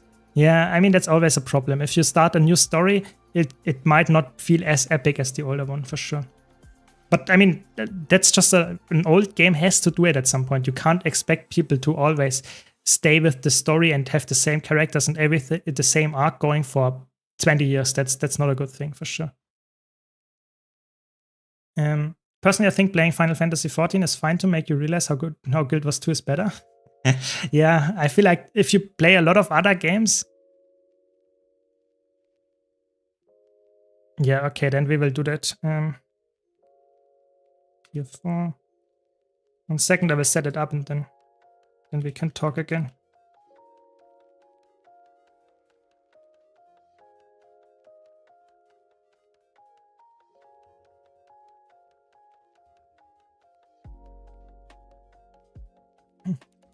I don't know how after getting exposed to Guild Wars 2 combat you can go to Final Fantasy and enjoy it. Yeah, I feel like that's Guild Wars 2 combat is like really, you know, you feel like this is the top. There will be no combat that is actually better. You know, that's the thing. That's the crazy part.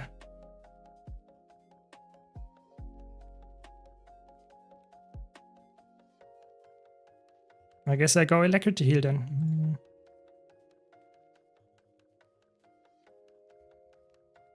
Did you ever think about becoming a Guild Wars 2 partner? Yes, I'm not only thinking about it, but I already applied 3 times, you know?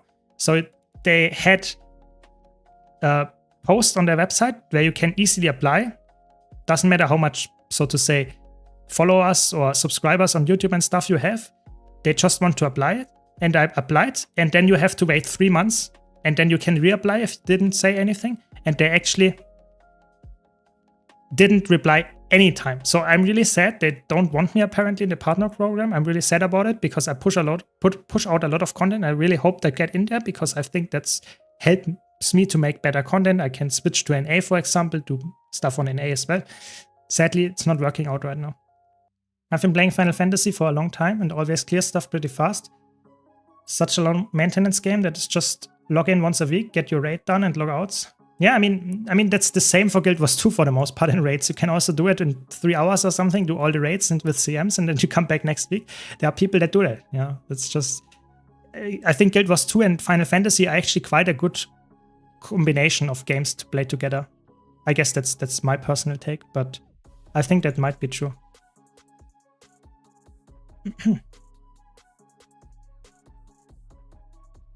Yeah, I think if you play Final Fantasy at a very high level, the combat might be decent, but I feel like it will not reach Guild Wars 2's power level. I personally think that's unlikely.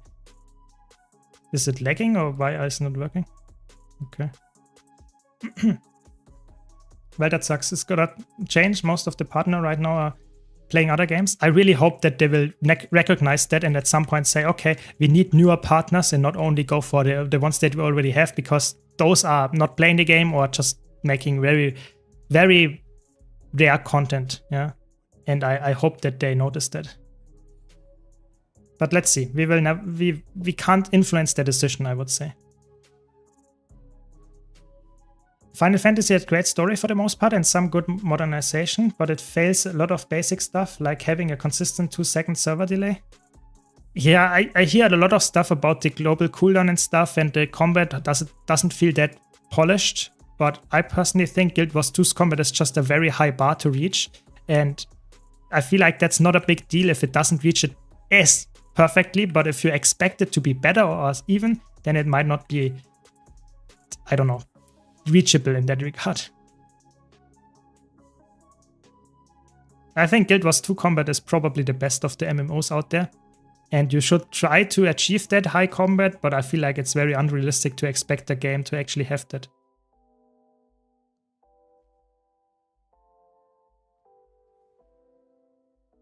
Thanks, Until, by the way, for the follow.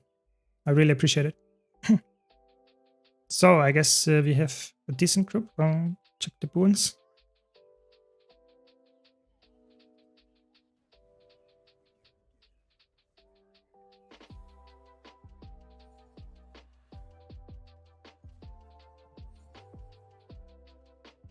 This was, I like the pre-stacking with the signet. It's really easy. I like it. That's why you play the signet here. It's really overloaded what it can do. Providing all the boons and providing healing. It's really good.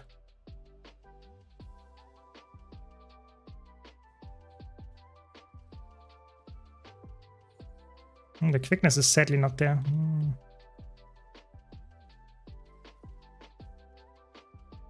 It's fine, we get there. Looks decent.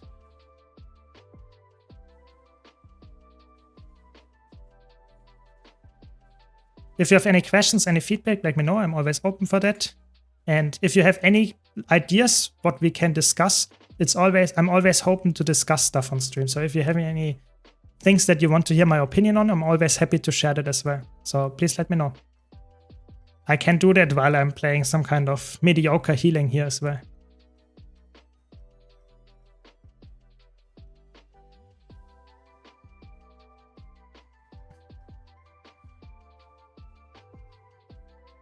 Yeah, this fractal, for example, is just one long boss fight. I really hope that the new fractal is not like that. You know, I know I'm only doing the challenge mode. In normal mode, it's not like that. But I feel like the normal mode doesn't make it better. I have to be honest. So I personally think it would really be a shame if the new fractal would be like this one.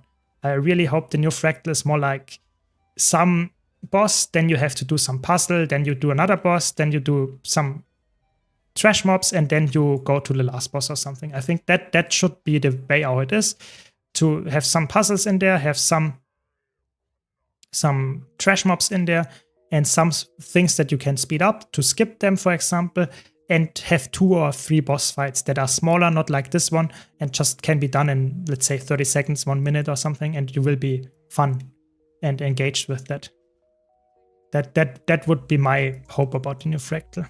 And in normal mode, of course, it should be easier and faster to do so, but it should not be too much of a step off in challenge mode. I really think the community in Guild Wars 2 doesn't really support really try-hard group play for the most part, so I really think they should just say, okay, the difficulty of our fractals is like how we did it with Silent Surf, and then definitely not harder. Definitely not. I think that's not something that is smart.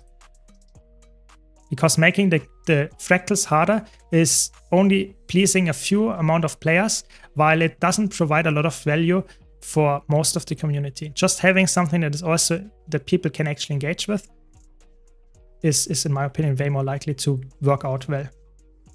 Sadly, I have to do it. Oh, that was so close. But okay. I didn't die. That's good enough for me.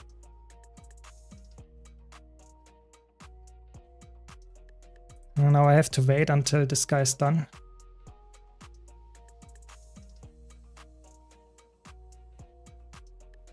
So now we come back and boon you up again.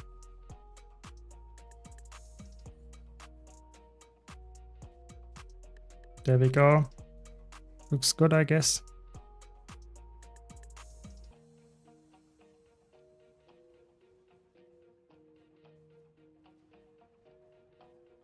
Oh my god, I think he had stability.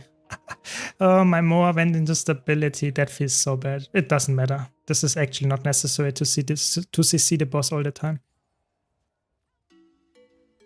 Look at those boons. Yes, I think that's the insane part about playing Chronomancer. Having the ability to easily swap just one trait and one utility skill to have those boons, it's actually insane.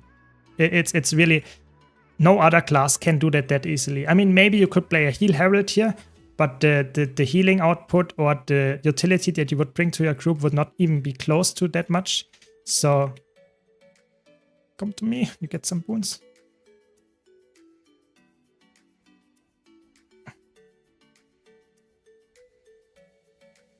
Now I have actually to deal quite a lot of DPS here. I'm not sure if I can do that in time. That was good. Close, but good enough.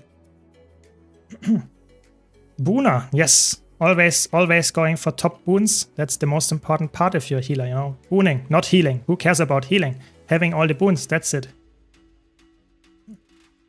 If you say Mirage is designed for Condi DPS, better would you say Virtuoso moves more towards being better than power? Yes, I feel like, don't get me wrong, I like the idea of having a Condi DPS that actually does damage or damage with high crit chance. I think that's a really cool idea, giving, so to say, a Condi DPS, you need to crit to actually make that work. I think that's a cool idea. But personally, I think Virtuoso is way more designed in a way that makes sense as a power DPS and Mirage as a Condi DPS. That I think from the class fantasy, I personally think that's the most likely way of how I would design it. With the new balance patch, I'm not joking. I think Mirage might even be playable as a healer with Rival. And that will be absolutely insane. That's not something that I have ever expected to, but apparently that's what they want to go for, you know? Going for having all possibilities on a Mirage, you know? It's like Chronomancer. I think it depends a bit on how they rework the trait. But if the trait actually provides the scepter quickness to allies as well, I'm not sure if that will be the case, but if that will be the case, it's actually completely insane in my opinion. It will be, Mirage will probably be, together with Chronomancer, the absolutely most broken class in the game. Holy shit. How did I look at that? What? It's fine, I had stability.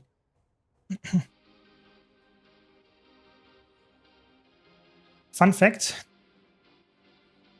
Introduced Celestial support Mirage for roaming. Yeah, for roaming, I think that makes more sense, but in PvE, I feel like where you have to provide all the boons all the time, I feel like that's actually crazy that this is now possible, because that was a year ago, no one would have thought that there is a Power Mirage viable, and now they made Power Mirage viable, and then they make Support Mirage viable. It's actually insane.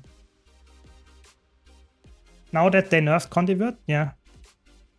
Yeah, I think like I said, I think the idea of a Condi Virtuoso should not have existed in the first place. But if it does exist, I'm happy with how it exists right now. I feel like it's not too strong and it's not too, so to say, crazy. It's just a very good DPS build for progression. And I feel like that's a decent spot to be in as a DPS build, where you have a niche where you can play it, but typically you wouldn't play it in most scenarios because it's too how is it called? Too unnecessary in terms of how much defense you bring. So I think it's in a good spot. I'm just saying it's It should not have existed in the first place.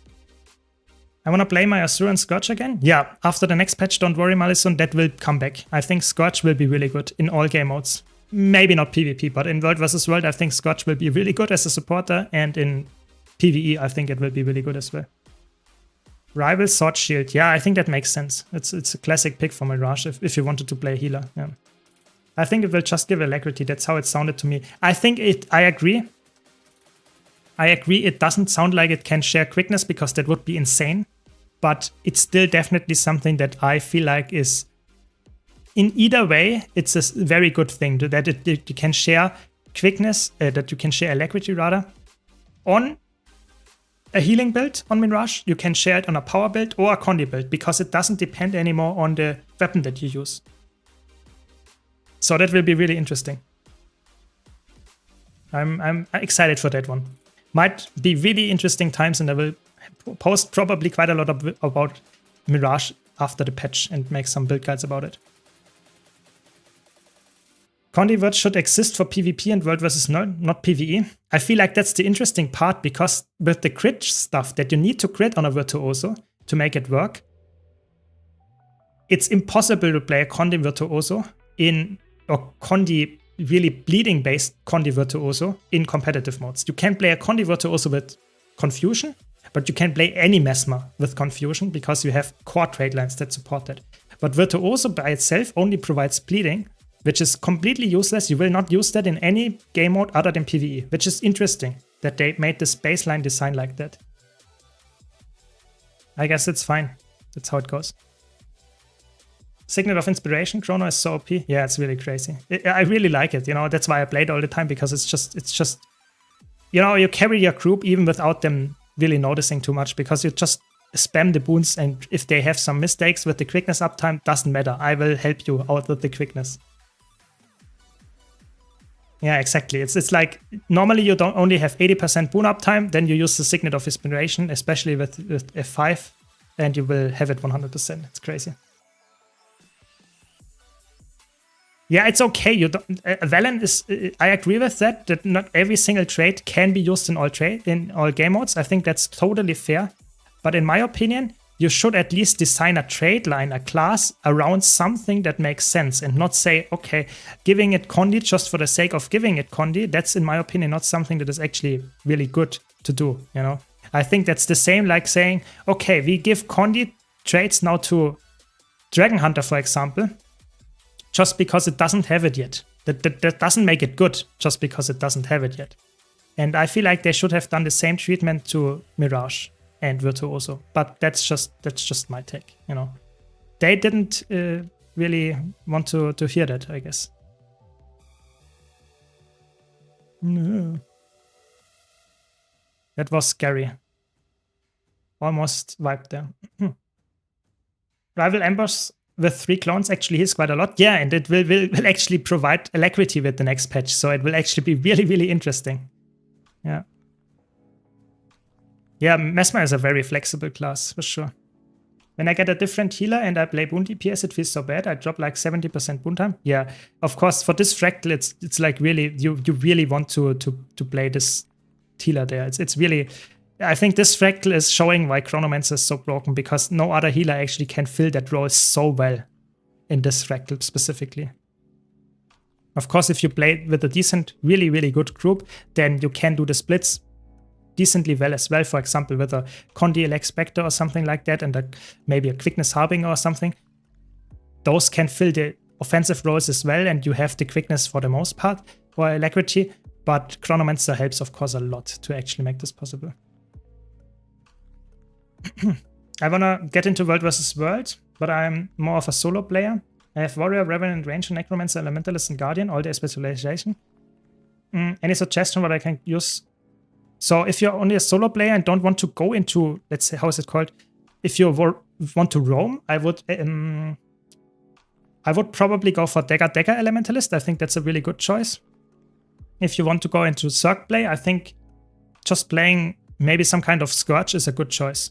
Just play Scourge, especially after the next patch. Scourge will be a really good pick. And you don't really have to play crazy with a squad and stuff and Discord and whatever. You can play what you like Necromancer and Elementalist are my suggestions. I have build guides for all of those out. Yeah. Do you have any advice on how to learn German language? That's an interesting question for sure. German is not a language I would typically recommend people to learn, just because German is really, really weird. It's not a, I don't know, it doesn't feel like a, it's not hard. It's not like Chinese or something where you really have difficulty learning it all the time. But, and that's the important part, it still has some really obnoxious things in there why it's not that easy to learn. And that's why I wouldn't recommend it to someone that actually doesn't like a challenge, because it's easier to learn English, it's easier to learn even French, for example, is easier to learn. I think German is really to, at least to get to a level where you say, this is a really high level speaker. It's actually quite hard. Of course, to get some basic words out and I can understand you, that's not that hard. But so my advice, just stick with it if you want to learn it and try your best. You will get there. That's the same with everything in all games, in all things in life. Just stick to it, try your best, and you will get there.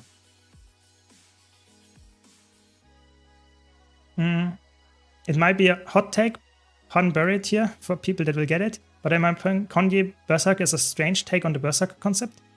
I agree, but I feel like having a strange concept on something doesn't mean it's, oh, come on, guys, why did you go in already? No, I don't have Mistlock. When you kill me now, it's your time. You have mistake.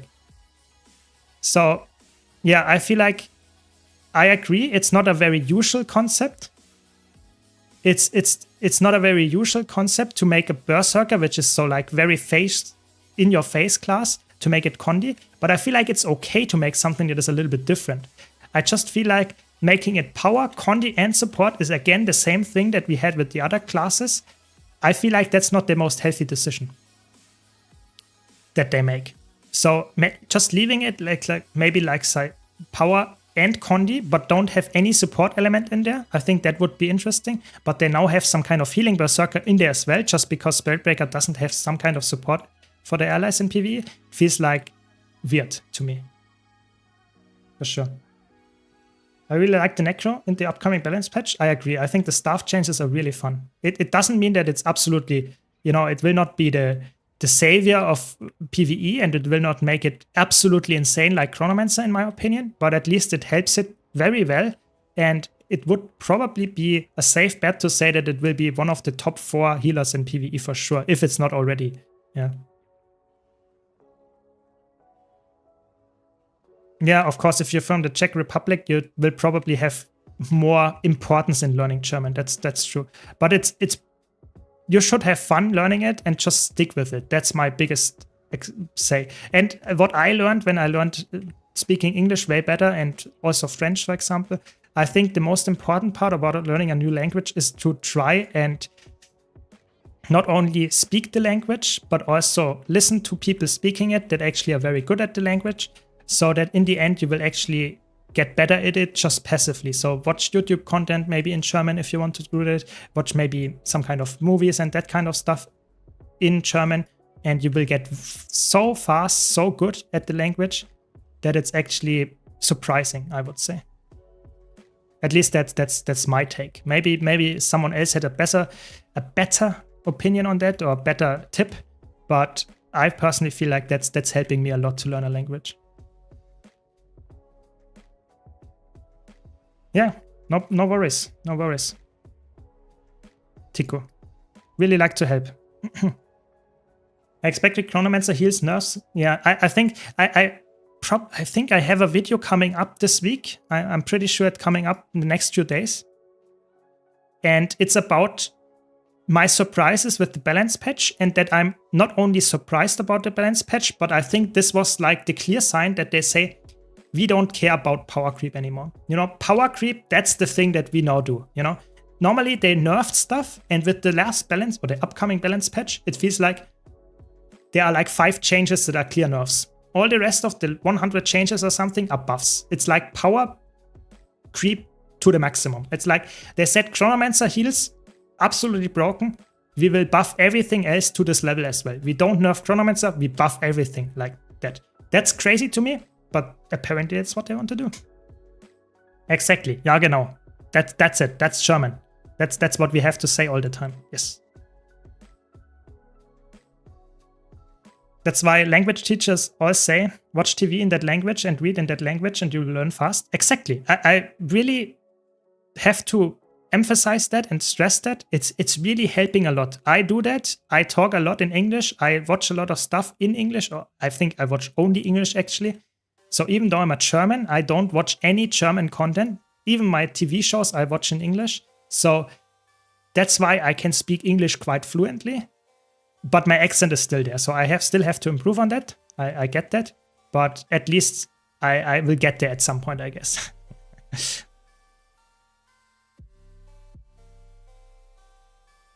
No, we lost one. Oh no, my pre-stack. Now it's gone. It's gone. That's what you get.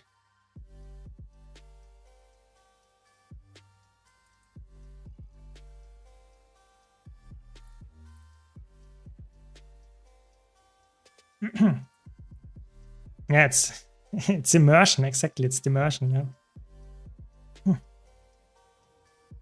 I mean, ANET could make Torch like Warhorn, 2 skills, would give us power boom boost for a specific time instead of burning a firefield. I don't think they will ever rework the Torch of Berserker so much that you will actually have it like being a completely different weapon. I think the Torch is actually quite in a decent spot because they don't have an offhand that is Condi other than Sword, and I feel like Sword is not that good anymore. So Torch is the only real Condi offhand weapon for PvE. I really doubt that they will make that some kind of support weapon. I really don't think so, Filthy. I think it is okay to have a class designed like that and make it different, you know. Mesmer uses Greatsword as a ranged weapon. That's also different than all other things, yeah. But in all other games. But I personally think that doesn't make it bad. And that's the same for Berserker. So I think at some point you have to accept that that's how they actually do it, and they make the game. That's their game after all. But of course you're right. It's not really the clear class fantasy there. I agree.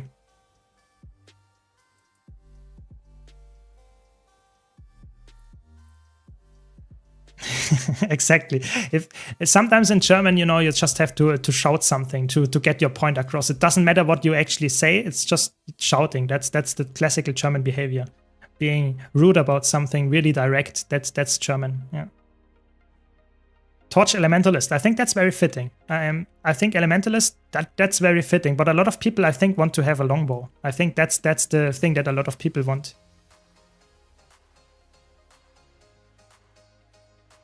Yeah, the upcoming balance patch is nice. I really like the most updates, even Berserker, that give 2 seconds more quickness. Yeah, I think that's a really big buff. Not a lot of people realize that, but Berserker has uptime issues with quickness, and I feel like that they buff it that much. That's a good sign. That's helping a lot to make Berserker more playable for most people.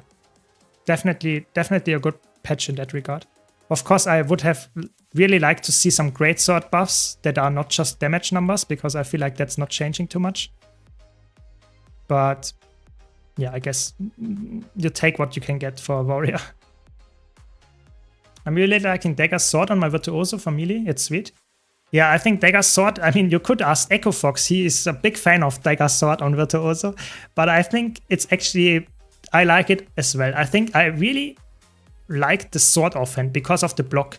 I have so many situations where I just say, I will just DPS the boss and don't need to dodge because I have the block. You know, this is the thing where I say this is insane. Yeah, but other than that, I feel like Greatsword is also a very fun weapon. I think Mesmer has a lot of fun weapons. I really like Spear Thief until they nerfed it. Yeah, I mean that was sad. I think Spear is already not that useful for most people because it's not that easy to play. But now it's also not that crazy good anymore. So that's a little bit sad. I have to be honest there.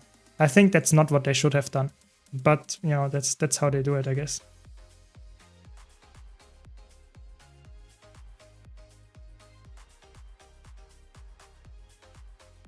You have a filthy idea? Sure, should. I'm interested. 60% quickness berserkers will now be 100%. Exactly, and that's the crazy part, because I have to be honest, I think when I packed, like especially strike missions, it was like 100% of the time I didn't have a single quickness berserker in a group that actually provided enough quickness to have it permanently during the fight. I'm not joking. I think I never encountered one.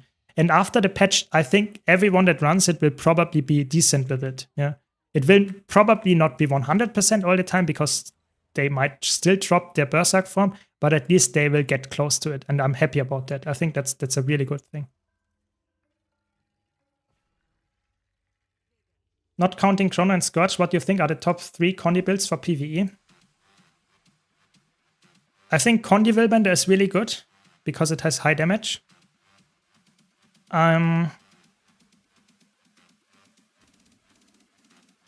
What else is very good?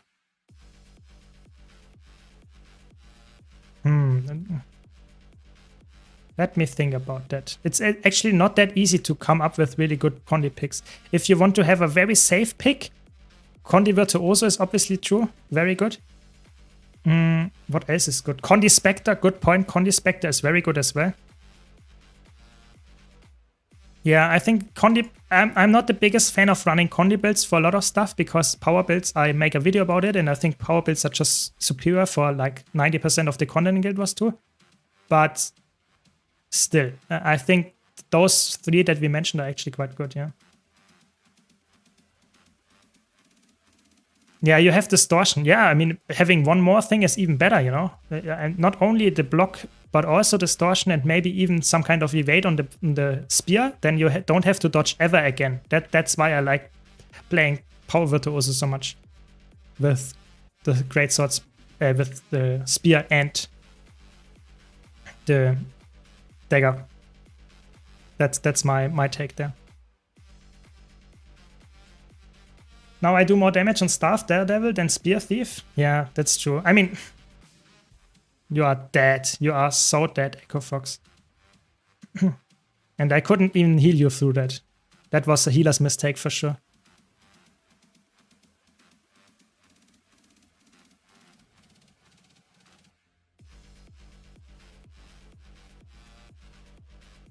Don't let me... I do it. Why would someone else do that than me? It's a DPS loss.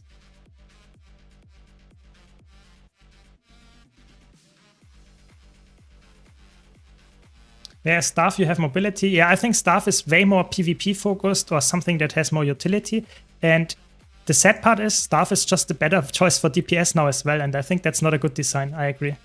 I agree. How about Condi Renegade? Condi Renegade sadly just fell off in terms of DPS. That's the problem. The DPS of Condi Renegade, I think Condi Renegade is one of my favorite, all-time favorite Condi builds out there. It just doesn't feel that great anymore compared to the crazy good Condi DPS that we have right now. Don't get me wrong, it's a decent pick. It's just not top 3, I would say. Sadly. I like the rotation. It's very fluid. It's very fun. And sadly, it's just not as broken anymore as it once was. You know, that's just where we are right now.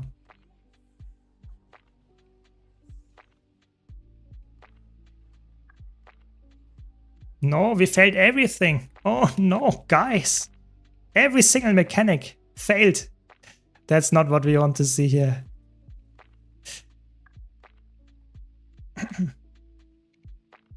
Yeah. I think it was... Did you not die from the bomb? I'm only paying for the carry. Okay. It's always better as power? Yeah, I guess. Condi Harbinger and Spectre? Yeah, Condi Harbinger is really good, but it's not a... I would say the problem with Condi Harbinger is you have to be really skilled at the game. It's not something that is actually playing itself. And a lot of Condi builds in Guild Wars 2 actually are quite easy to play. Yeah. Let's go.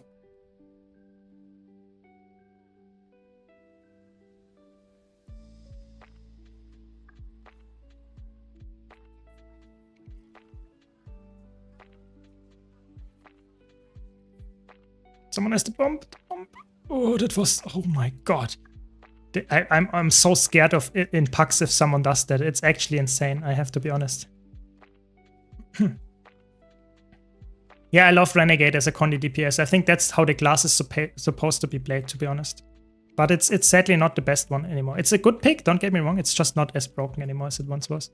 where it was the top DPS in every single fight. You know, even power builds couldn't keep up with it. It was crazy.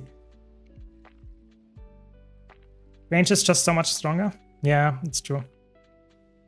Also just got back after a few months break. Is Willbender still the talk around in town in PvP? It's not as broken anymore. I think it's in a healthy spot now. In PvP, I would say Willbender is like in ranked S tier build, in competitive, let's say 5 versus 5 or something like that. It's like an A tier build, maybe B tier.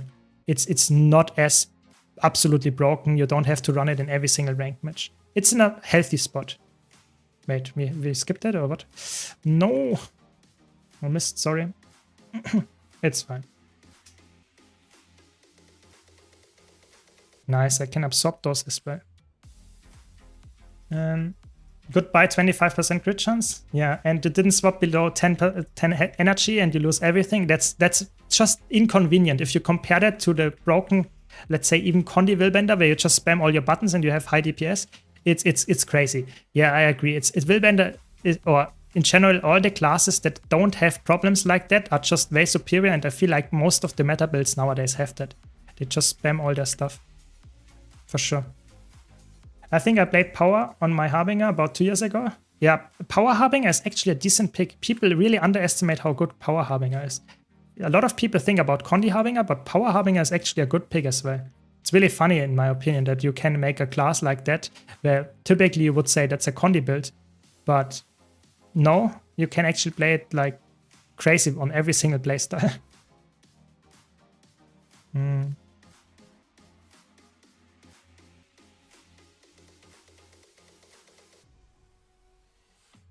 Yeah, there will be a Renegade in the future, and it will be the heal Renegade, Malison. I'm pretty sure that's what they set up with the changes in this patch, which is really crazy because I don't want to see a heal Renegade personally, but some people apparently want that. That's what they are setting up. So that's what's coming in the future. I'm pretty sure about that one.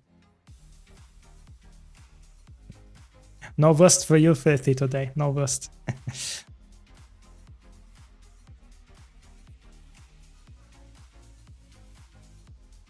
How do you feel about Stacks build? Condi Mirage is supposed to be really good, but it's really hard to play as well. I think it's cool that we have builds like this. I think Stacks Condi Mirage is really nice, and it will probably be playable to some extent in the next patch even better, but it's very hard to play, and in general, I think Mirage is a class that is not that easy to learn.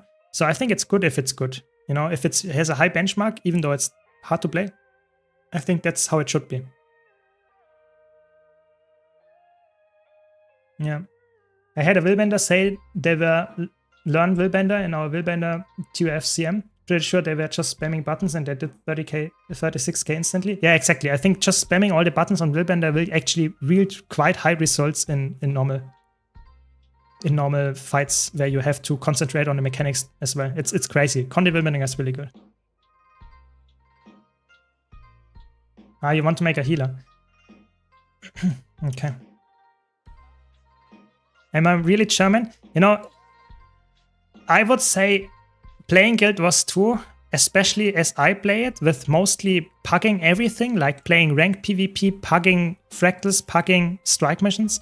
If I wouldn't be chill and laid back, I think I wouldn't enjoy the game. I would just quit the game. You know, you have to be like that. Otherwise, you would be completely like your pulse would be at 200 all the game, all the time. That's not where you want to be. You know, it's not healthy for you. So that's just the secure thing to be. You know, just say, nah, I have to stay calm. I have to keep calm and enjoy the ride. You know, expecting something chaotic and always happy if it's not the case. That's how you have to play the game, I guess. So let's do a nice pre-stack.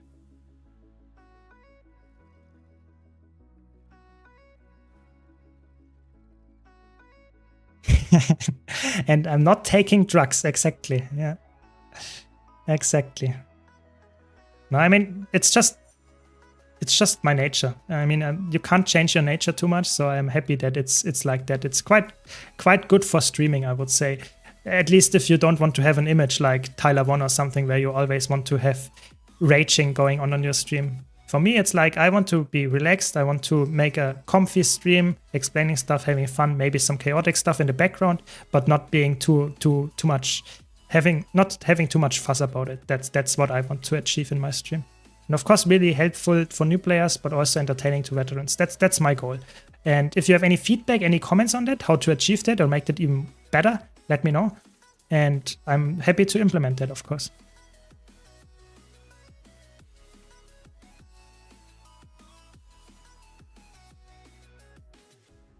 The calm German legend. Yeah, that's an interesting title. I could live with that one. There are worse titles to be called, yeah, for sure.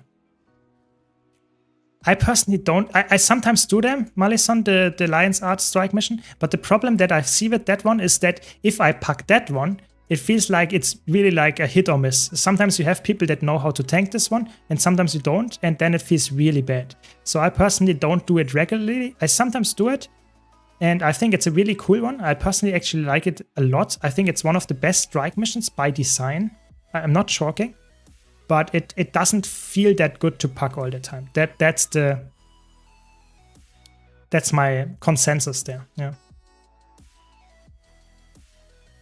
Yeah. I mean, it was this original thing about raging all the time in League of Legends. It's not always true right now. I agree. It's not. You don't have to keep your image forever. But I don't like to have a raging image. I think that's not what I want to be. I want to be someone that is actually relaxing and helping people and having fun together. That's a more comfy stream than just being like always aggressive, always toxic. That's not someone I want to be. There are not a lot of people in the games already, even those that don't stream. So you don't need to actually make it so that even the streamers are like that. That's my take, at least.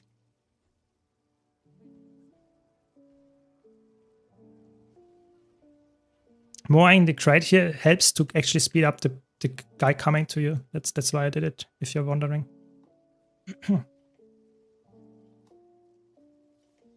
Nice. Thanks so much for all your guides. They are easy to understand and very useful. Very good. That's what I want to hear. I'm glad that I found you on YouTube one day. You're my best guider as for newcomer. That's what we want to hear. Very good. But like I said, if you have any feedback, any helpful improvement criticisms that is coming to your mind, I'm always happy and open for that. You know, I think that's really important, especially if you're trying to grow your YouTube channel and your Twitch channel. You should always go and try to improve at it. So if you have any feedback, I want to improve. So let me know.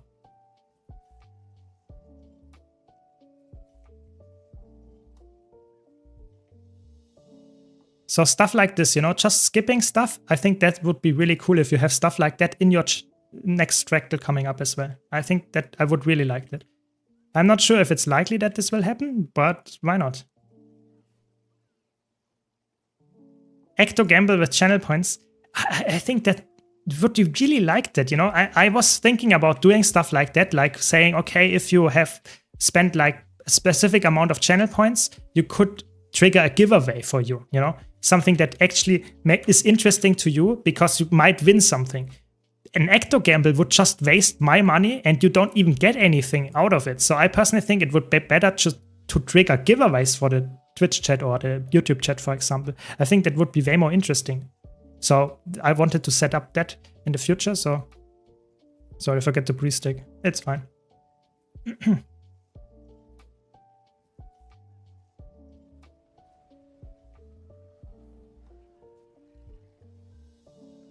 You have the boons anyway, don't worry. Pre-stacking on Chrono is not necessary. I did 19.7 CM training with the Soul Beast in your group. I'd say when you do builds for new players, some stats are harder to get. Yeah, that's really hard for me to rate because some people get it really easily. For example, if you play World versus World, you get a lot of stats easily because you can get the Ascended or the exotic stat selectable gear. And for some people, it's really hard to get that because they don't play World versus World. So some gear is really hard for them to achieve. So I always put that's a very good thing that I wanted to include, and I now do that.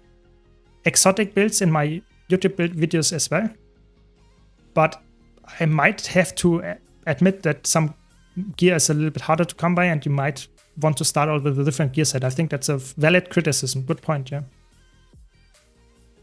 Yeah, but it's somewhat hard to do that for obviously every single spec and every single thing.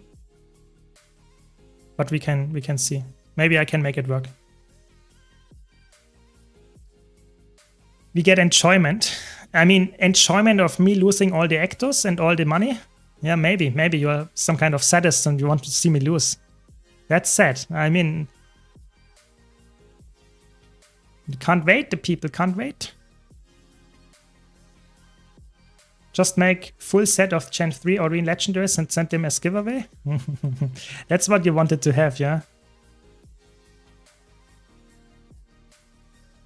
I guess, I mean, I wanted to do a giveaway on my Twitch chat, so we are approaching somewhat slowly but steadily 1K followers on Twitch, and I wanted to actually do a Twitch giveaway only. So I did a YouTube giveaway quite recently, and I will do a giveaway on Twitch, a big one, when I reach 1K subs, or not subs, sorry, 1K followers on Twitch. And that will be I think a 1K gold giveaway. And it's actually, we're not that far off. I think we are like 170 or something followers. So if you're not a follower, good chance to actually get that, because then you can enter the 1K gold giveaway that's coming up quite soon. Oh, that hurt.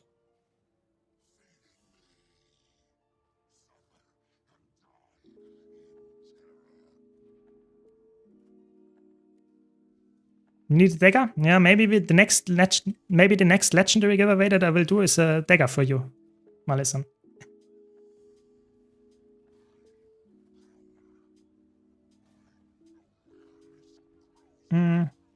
Yeah, who needs a giveaway when you can have Ecto Gamble? I see. Yeah, that's why you are here, for the content of losing all my money because I'm very unlucky in Guild Wars 2 and never get anything big. Yeah, I guess then you are at the right place. Then we should do Ecto Gamble for you.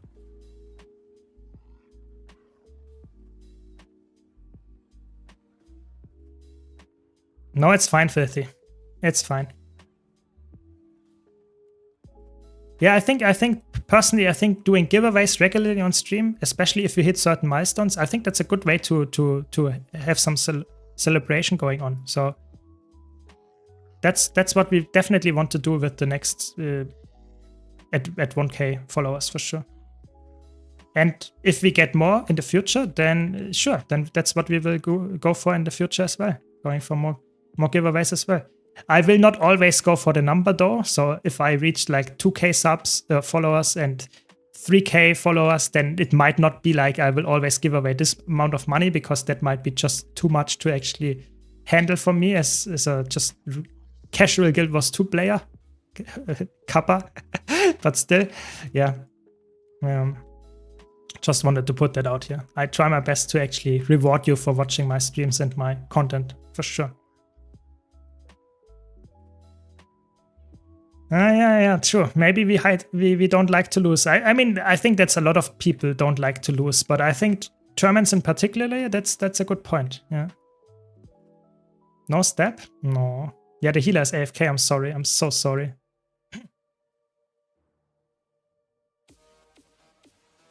Yeah, I mean, that's good. I mean, if you watch without the giveaways, even better. But of course, I mean, I want to give you something back. You know, I have a lot of fun in doing my content stuff, and if you watch my stuff, I'm even more happy. So just providing some incentive to actually continue watching me, why not, you know? Thanks, Nalani and Sortas, for the follow, by the way. Really appreciate it. Nice. We have Swamp. Let's see how many tries we actually need to get it done. Like this, I guess.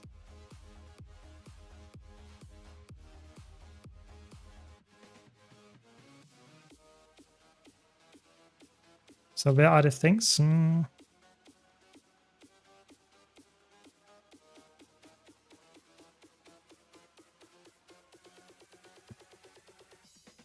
So I portaled here, I guess for this guy. No. Nah. Then I can't use the portal for you. 30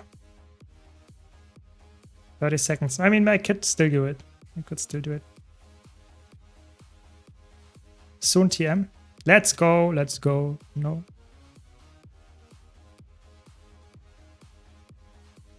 If I reach it in time, I can open the portal for our person anyway. Let's go.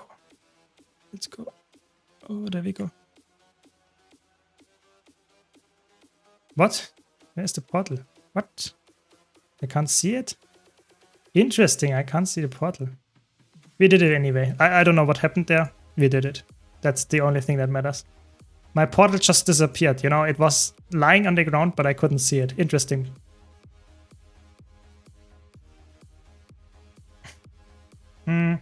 So I guess Data will be the best for World vs. World, like hide and shoot from distance with Rival.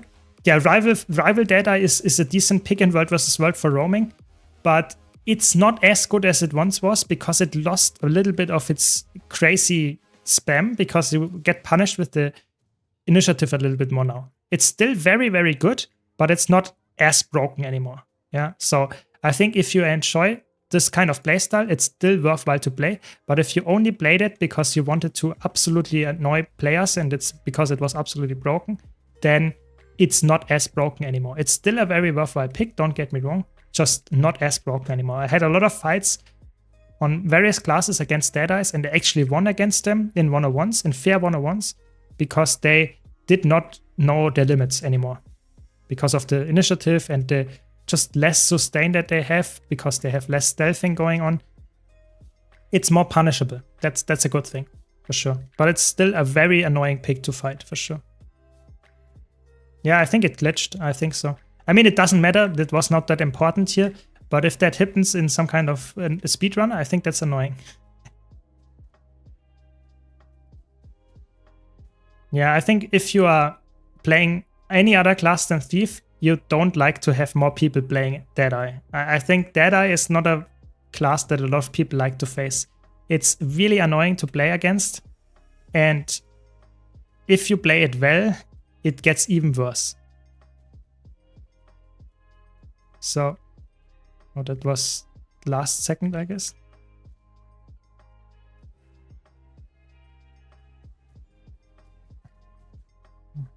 So what do we have? Solid Ocean and Deep Stone. Okay. I mean, Solid Ocean is not too bad. Deep Stone is a little bit boring. But I guess that's okay. It's a better rotation than yesterday. I think yesterday we had Aquatic Ruins and Lonely Tower. That sounds like the most horrible, most annoying fractal rotation ever. That's why I didn't do the T-Force. Been seeing a lot of rival mechs and strikes recently. The shit is insane. Yeah, it's crazy. You don't have any effort put in. It's like a really low intensity build and it actually does a lot of damage. Especially in strike missions where you don't have to have crazy burst damage because the phases or the fights are long enough to actually for you to catch up. It's a really good pick. It's really easy to play and has crazy amounts of range damage. It's really, really good. I have a guide on my YouTube channel about it and it really, if you're a new player that enjoys Engineer, that's the build to go for. It's really crazy good. So check it out. It's really, really good. I think if you are a decent player, it's not so decent to really good player. It's not the build that I would recommend because it just doesn't have the craziest amount of top damage. But if you are new or if your party is just a little bit chaotic, it's a very, very good pick. Yeah. And if you enjoy Mechanist, that's definitely a very fun power build to play. That much is for sure.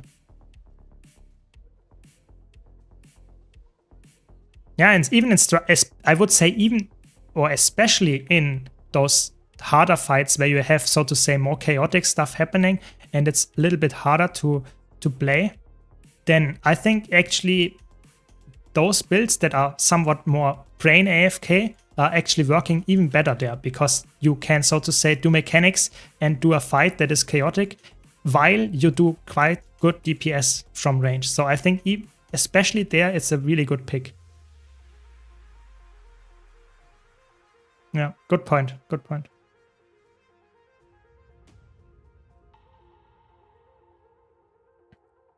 You have a way to make Scrapper rival viable in World vs. World. So the problem is Scrapper really likes to... Scrapper has two things going for it. You either play with Hammer and have some crazy good utility with the Hammer, and or you play with the grenade kit. You know, this is the two things. So why would you drop your hammer if you use a grenade kit? Because the grenade kit is just better in competitive modes than the rival, just straight up, because your damage is more consistent if you land the grenades, and you have way more, so to say, utility in there as well. Yes, you're right, there's some CC on the rival, but having the hammer with the block and the reflect and the CC is just straight up better than the rival. So personally, I don't like going for split. So how many people are there? I guess we will not split. Yes. Yeah. So I personally think you can make it working, can get it to work. That's what I meant. But I personally think it might not be the most insane pick. I think rival in general is not crazy in competitive modes, sadly, yet. And I feel like Scrap Hub is not really benefiting from it that much, because you can just play the rival, or instead you can play hammer instead of the rival, and you will have decent DPS from range with the mortar kit or grenade kit. That's my take there.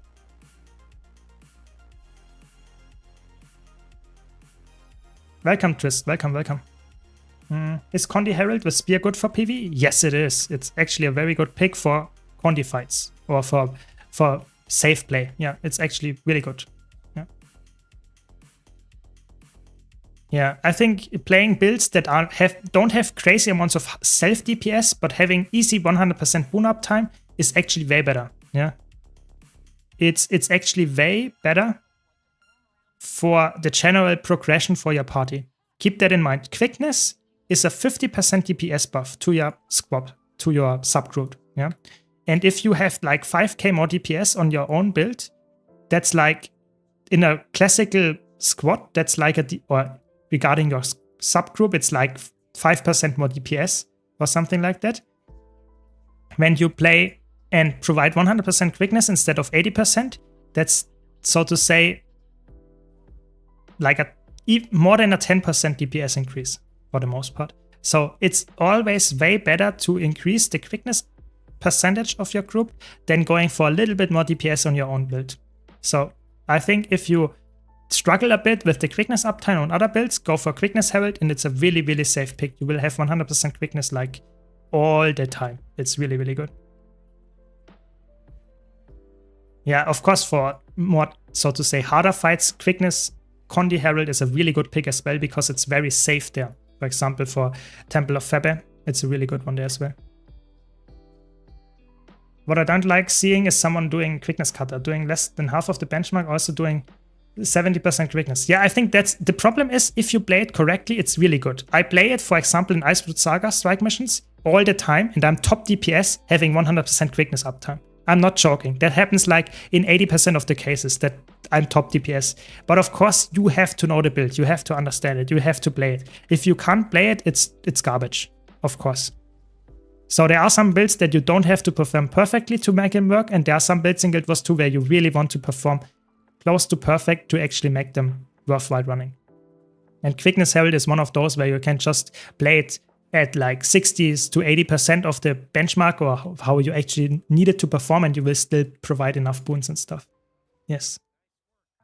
What about Condi Renegade? I think Condi Renegade is just a little bit lackluster in terms of when it comes to competing with Condi, all the Condi builds that are meta, like Willbender, even like the crazy ones like Condi Mechanist and Condi Harbinger and that kind of stuff. It's just can't compete that easily. You know, it's still, you can play it, it's fun, it's good, but it's not as broken as the others. Yeah,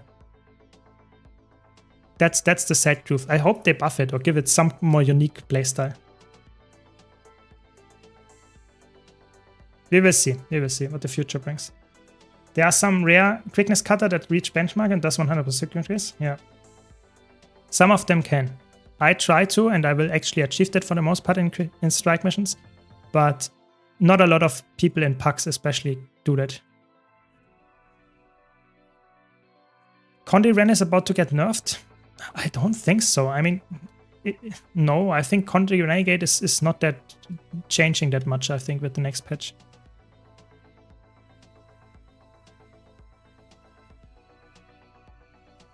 I have to look at it again. I have to be honest. Don't know the balance patch notes by heart yet, but I don't think it will change. Welcome, Stupida. Welcome, welcome. Thanks, Pharos, for the follow. Really appreciate it.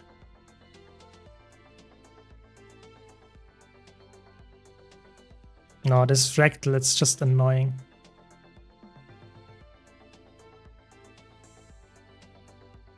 Oh.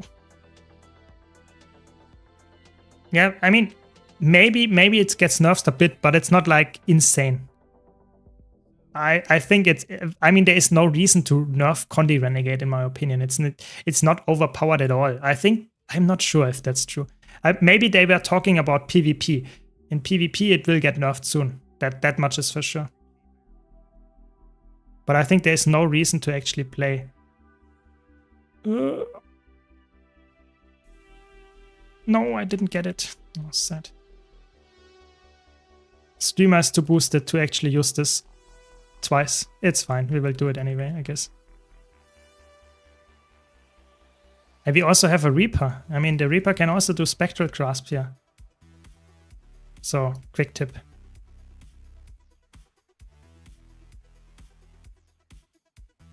Yeah, welcome, Ferros. Welcome. I was wondering if you're the guy. Yes, you're a good teacher, I guess. Yeah, Continuum split too hard for me. Sorry. Can't actually do that. They can't wait for my priest. No, guys. CS is Continuum split. It's this skill. Yeah, I mean, I was not too bad back then, but now I'm just trying to keep the community a little bit alive in streaming. So that's my job here. And it's like, I mean, the raiding community is not that, I mean, not that alive, to say the least. I feel like raiding in Guild Wars 2 is really, it was way back then when we played raids, that was the good old times, you know? I mean, that was, when was that, I don't know, 5 years ago, 6 years ago. There we had crazy raids and it was fun and we had good times. Nowadays it's like, I don't know, not a lot of people play raids very often anymore. That's quite sad. Raids are really good in Guild Wars 2. It feels like it's such a wasted time and effort that they put in the Wing 8 that only a handful of players in the community play consistently and regularly, even though it's really cool what they did. I think the raid Wing 8 might not be the best one that they ever did, but at least it's a raid that is actually worth doing every week. Yeah, and I feel it's so sad to see that they will probably not do that again because it's just not working that well. I feel like the community is too small to actually support a healthy raiding scene at this point, or at least the tryhard community. And it's really sad to see that. It's really,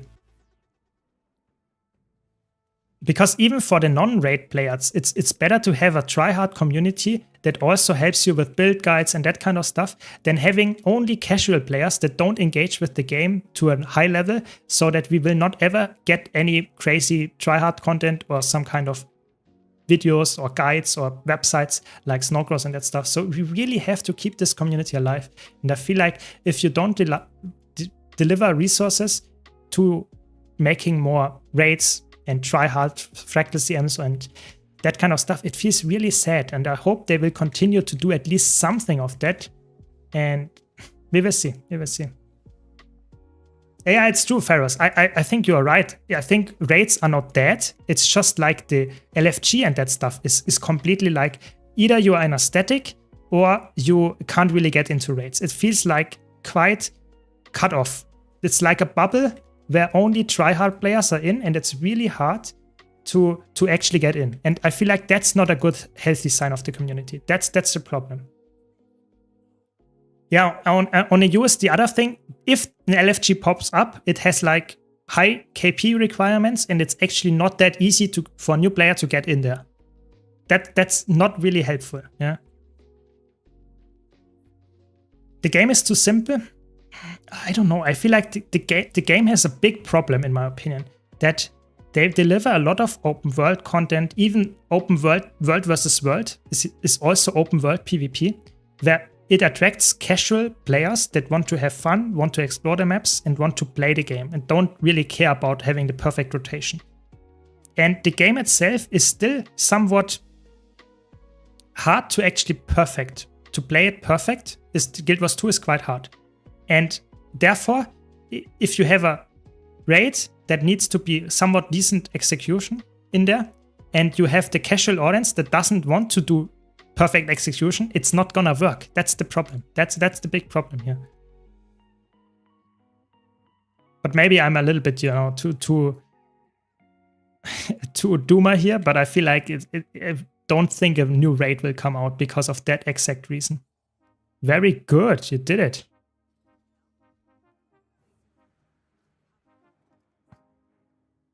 Play Candidata if the game is too simple. Yeah, with Spear, I guess. But I feel like, or Condi Mirage before the patch is also very. Yeah, I would say only 5 people in the whole community play Condi Mirage to get 46k on the Golem. Yeah. Should have a normal mode and a heroic mode and a mythic mode. I think that's what they are going for with the new raid wing, like a normal mode, challenge mode, and the legendary challenge mode. But I personally think it's too late for that. They should have done that in the beginning, and they took years, even more than half a decade for that. So I just think it's not that likely that it will ever get to a point where I would say this is how it should have been done in the first place. Oh, that was so close.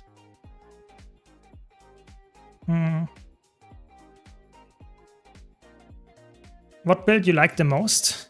Well, I personally did. The answer to that is really boring. I like to play all builds or most builds. So I don't want to play one build all the time. That would bore me. I like to play multiple builds all the time. So for me, it's always like, if I have to play one single build all the time, I would probably quit the game. For me, I only play the game because there are so many builds that I can play, especially with full legendary gear. Swapping around stuff is really easy. Trying out new stuff, that's what keeps me playing. So variety is the spice of life, and that's in particular true in Guild Wars 2. So that's why I play the game still, yeah, after all these years.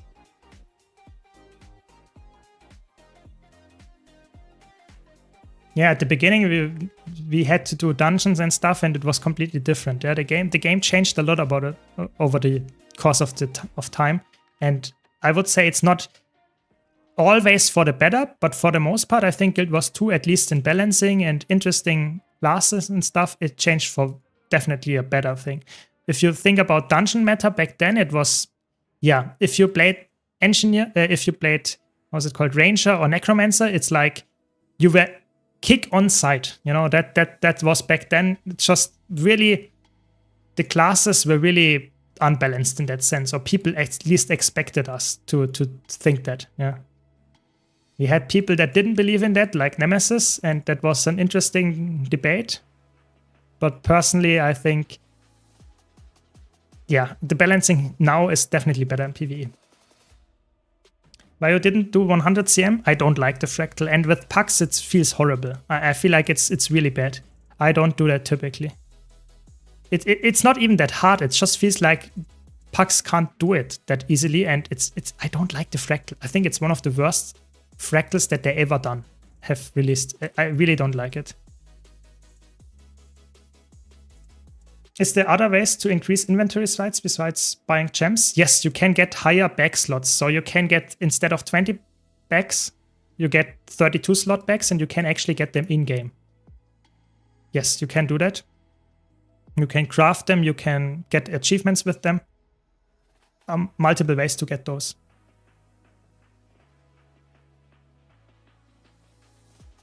X-Decker Candidata actually has pattern in rotation? Yeah, I mean, most of the rotations have a pattern. Otherwise, it would be impossible to actually learn them, I would say. But yes, I think some of the builds have harder rotations than others, especially when it comes to Candidata or, for example, Condi Mirage. I think that's a very, very challenging one. At least for most people. Maybe some people enjoy that one, but I personally think it's really hard to play Mirage at the highest level. Maybe that changes with the next patch, but we don't know yet.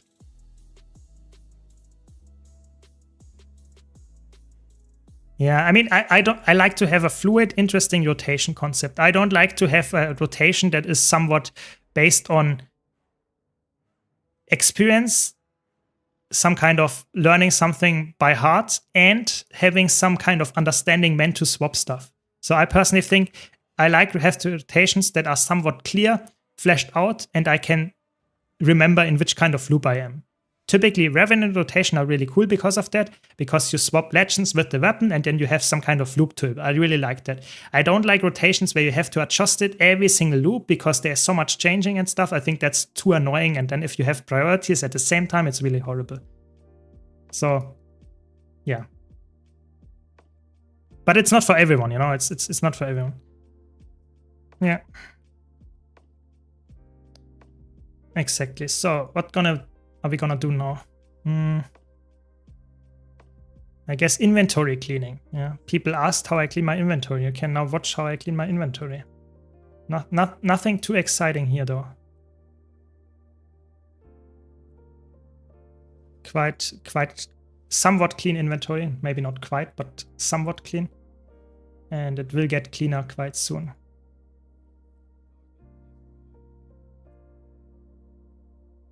Yeah, but if you're a new player or even a veteran have any questions, please let me know. I'm always happy for questions and answering them on stream. So don't hesitate to ask.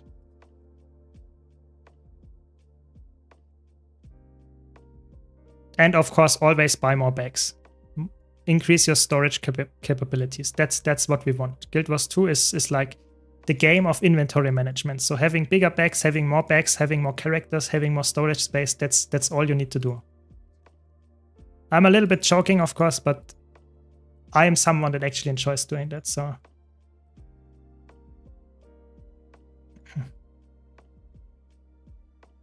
Yeah, I mean, this inventory is actually not even my cleanest. It's just random stuff that I use all the time, and otherwise I keep it clean. But I have characters where I have 400 empty inventory spaces. So, for example, my PvE characters, for example, my druid or my ranger in general, this is how I like my inventory, you know? Clean. Like some food and stuff that I use regularly, and then like 230 slots that are empty. That's how you do it, you know? I think your content would benefit from flaming your fractal teammates. No, I don't flame. I don't do that. That's not what we do here on stream. But I think we had a necromancer that was actually not performing as highly as we expected, yeah? I think there was something wrong there. Yeah. What's your main? So I play every class. In PvE, typically I play a lot of Mesmer, but I play every class, so I don't have a main in that sense. Yeah. So do some more inventory cleaning. Yeah, the other Scorch betrayed the Scorch gang and went Reaper for power fractals. Yeah, that's obviously really bad. You know, power Reaper. Who plays that? You know, better play Condi Scorch in all fractals. No, I'm joking. Play whatever you like. I don't care that much. Obviously, power is better in power fractals for sure. But I don't care. If you don't die, I'm happy enough. You know, I'm really above the point where I would say this is really the only thing that I'm interested in. That we clear this stuff really fast. Nah, I don't really care. What's your first class then? I think the first character that I ever created and got to level 80 was a ranger. But I instantly stopped playing it, and when I reached level 80 and went to my second character, which I think was a elementalist. But you could see I have 70 character slots, and that started early. I always wanted to go for a different class and try it out and level it to level 80. So it's not really like I had one main. I think I started playing Warrior really tryhard in dungeons because it was the meta pick back then. And then I changed to Elementalist because with Fire Greatsword and stuff, that was back then my main. And now it's just Mesmer because Mesmer is so flexible. I can fill every role and try to carry all the groups. It doesn't matter which role I fill on Mesmer. That's why currently I would say probably in PvE Mesmer is my most played class. Yeah. I played Scorch at some point as well, but only when it was really crazy back then, you know, like top DPS, top barrier application, even alacrity on top. Yeah, that was the good old days of Scorch. Now it's more like you play it if you don't want to press a lot of buttons, or at least don't want to care about your rotation that much. You're not reading YouTube chat? I try my best to keep up. Sorry. What if you had a question, please ask it again. I'm sorry. I got an expander for my bank slots and it helps so much. I get 500 of them of each item. Yeah. I mean, I think those are really surprising, well worth to get those if you don't want to always open your bank and sell the stuff. I think it's really, really good how good this one is. So I'm really sorry if I can't catch up on the questions and chat in the moment and I don't see it. I'm really sorry. Please just ask again. It's not on some kind of bad behavior or some kind of I'm ignoring you. I just didn't see it and I'm really sorry if I didn't see your question. Summer got kicked once for playing Ranger in COF Path 1 and he became a meta slave? Yeah, something like that.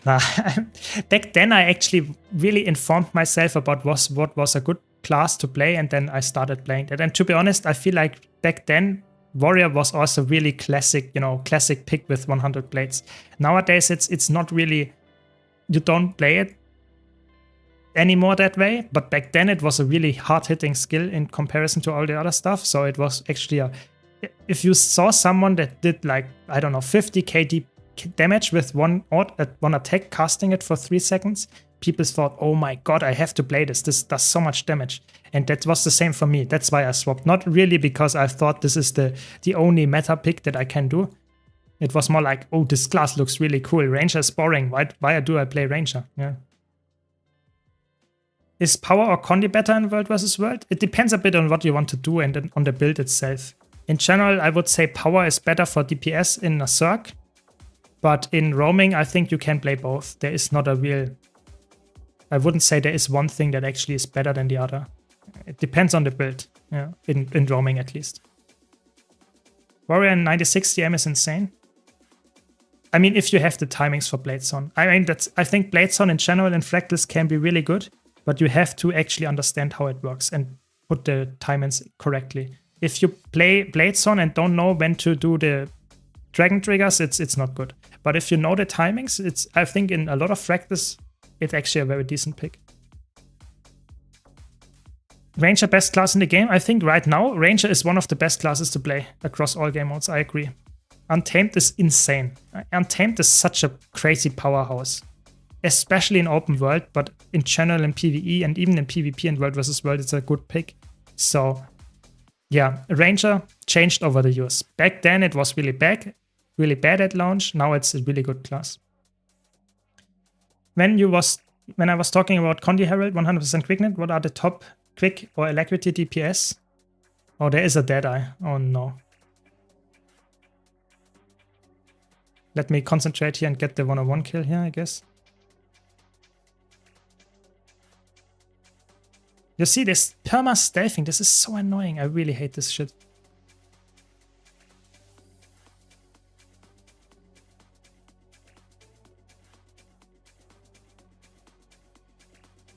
Oh, I didn't hit it. I'm blind. I have to go for some kiting, I guess.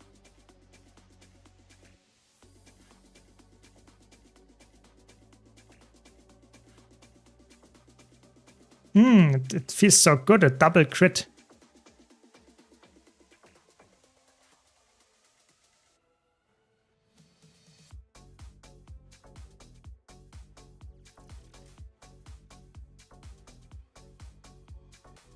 God, this Deadeye bullshit. It's so annoying. The perma-stealth thingy.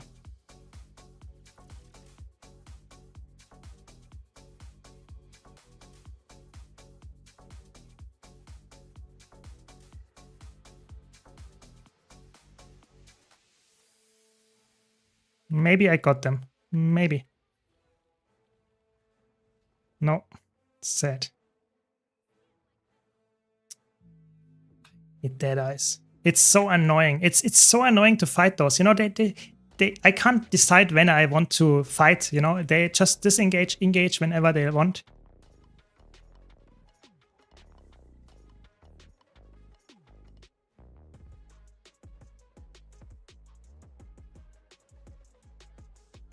It's so annoying. I mean, I win. Probably if I don't do a mistake, I win those.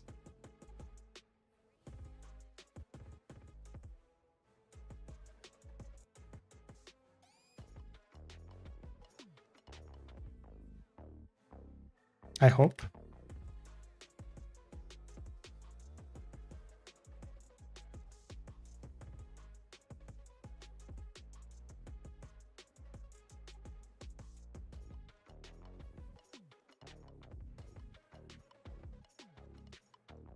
God, 10-minute 1-on-1 against this shit is really annoying.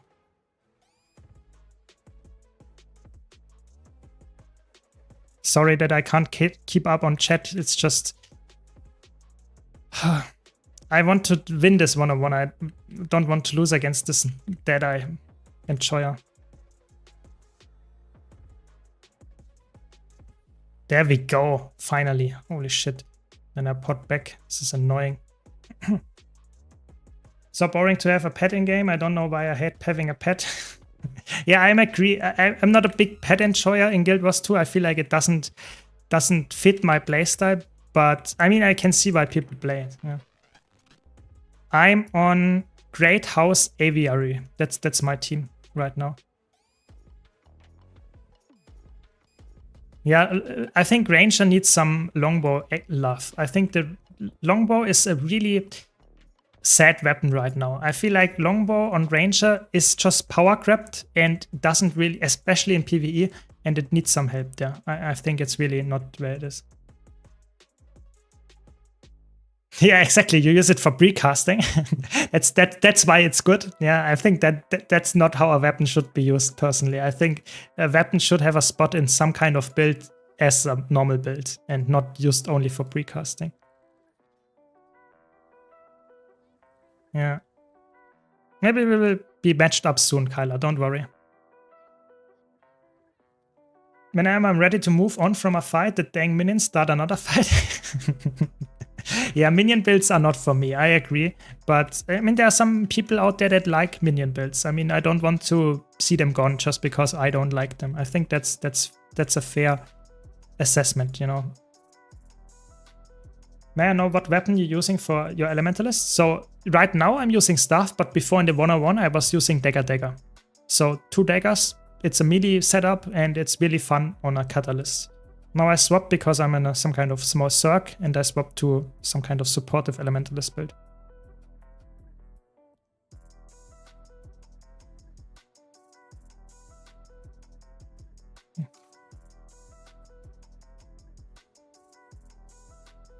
In Solbest, you always want to be in merge. Yeah, I think there are very, very rare occasions where it's good to not be merged, but for the most part, it's actually not how you actually typically play Solbest. That's just how they designed it. It's the same for Berserker. In Berserker, there's also almost no reason to go out of Berserker mode in PvE. It's you want to be in there forever. That's just how they designed it. Which is not always a bad thing, but I feel like that's just their decision. Yeah. Longbow memes would be fun since you can already have nearly 100% uptime of rapid fire with Untamed and Frenzy Sigil. Yeah, I personally think Ranger is really sad that you don't have a racy longbow action. I think longbow in general is a weapon that you use on warrior and you use on guardian.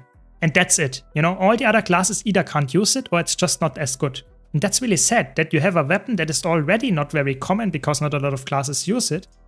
And even the class that is very, you know, made for using a long-ranged weapon is not using it because it's just too weak. I really think they could make some small rework, maybe to the 3 skill, maybe to the 4 skill, and make it a little bit more interesting for some kind of DPS build in PvE.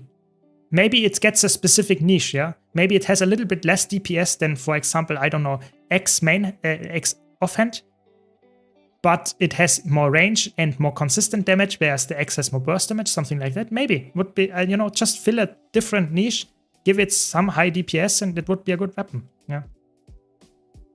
Yes, if you play Fractals in World vs. World, it's, I think, perfectly fine to play and stay always in the merge of Solbeast. I think the only reason why you would drop out is if you go really try hard in a PvP 1-on-1 or something and you want to get some pet skills. Yeah.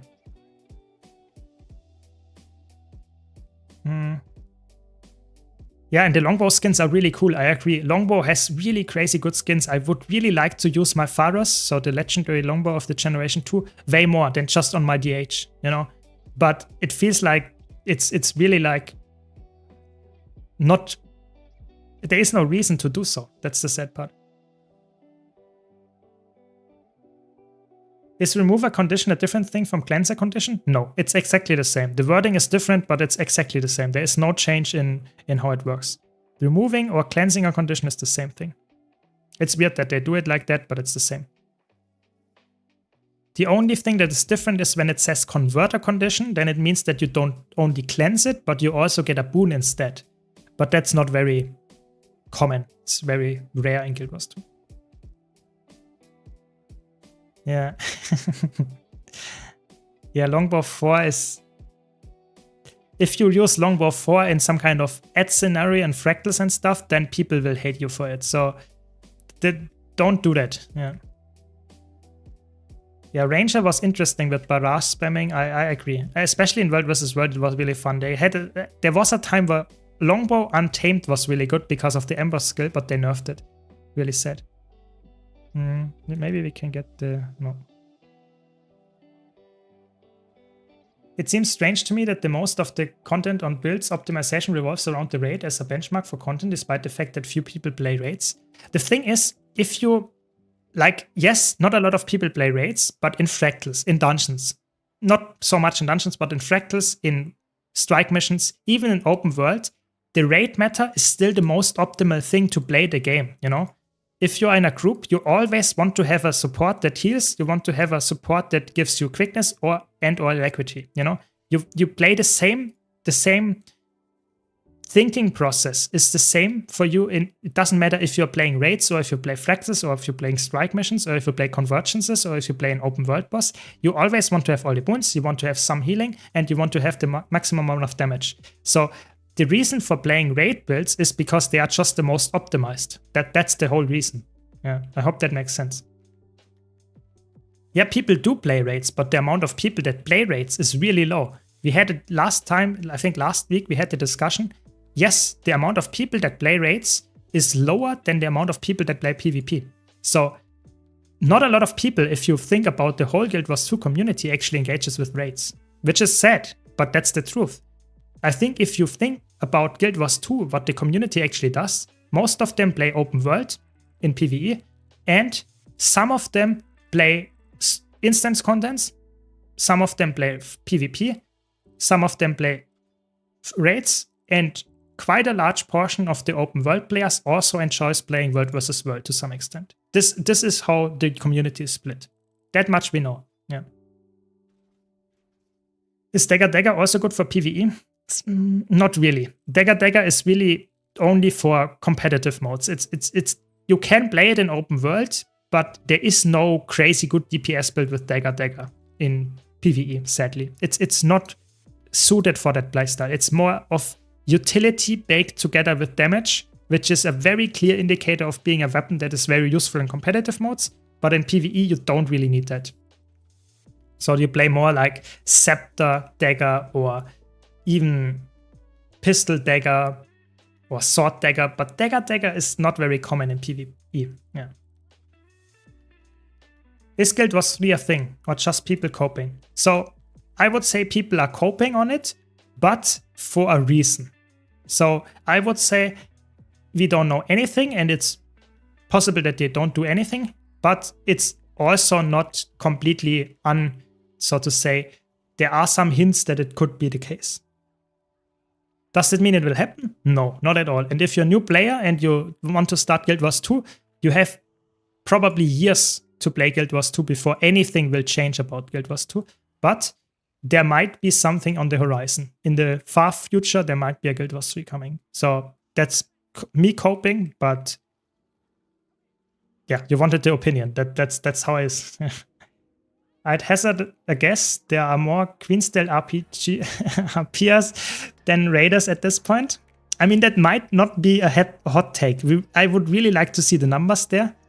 Maybe they give us some kind of reasonable approach in the future.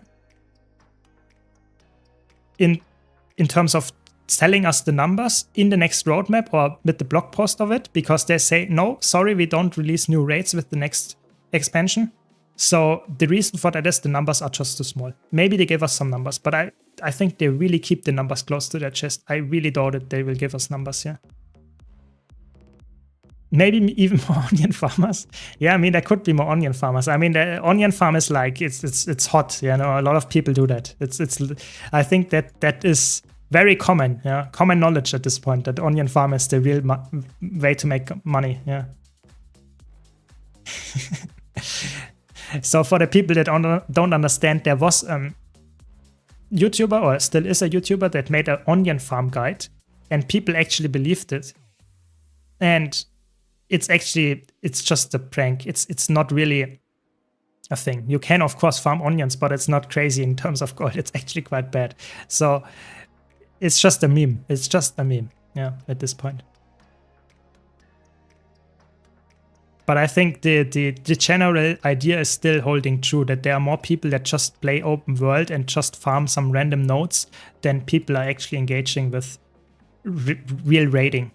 I'm not joking. I think the biggest amount of player base are so casual that they just want to have fun in the open world, have some interesting events going, and don't really care about having top DPS or having anything related to best setup. They just want to have some fun with it. The community manager, exactly. I don't want to spread misinformation here, so just said a YouTuber, yes. Exactly.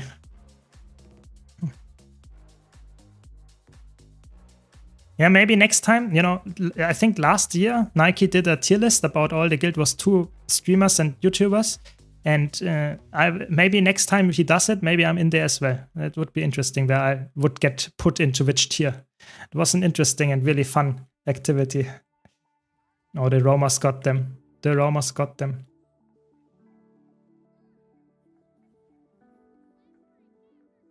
The elite it's in raid community don't make it welcoming for new players to start.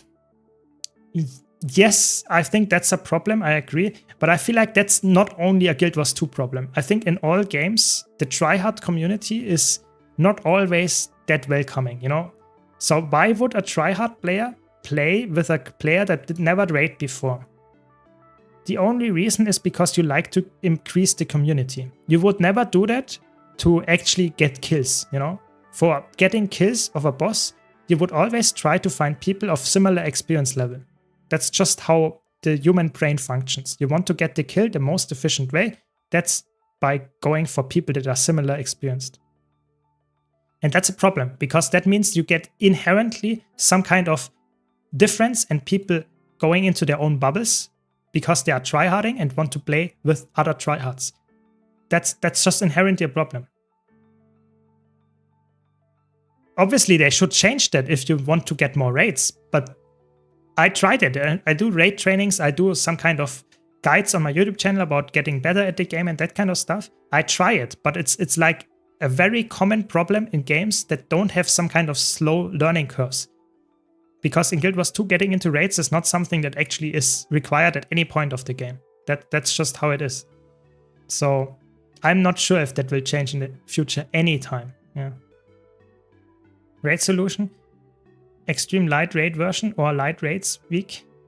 Yeah, maybe. I mean, they did try it with this buff or debuff, whatever you want to call it, that you get more health and the enemy takes more damage and that kind of stuff. They tried to do that, but they still have some mechanically heavy fights like Doom, like Kadim 1, where you just can't really brute force it with more damage because you still need someone that actually does the mechanics.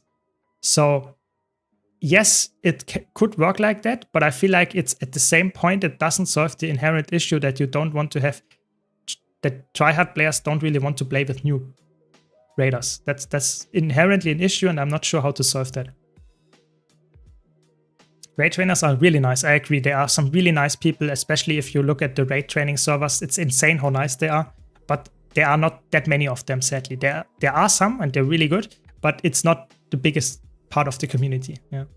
In most MMOs, hardcore versus casual is a whole different ballgame, and they don't mix. Yeah, it's a problem in all games, I would say. Yeah, it's called Emboldened. Thanks, EchoFox. That's how it's called. Yes.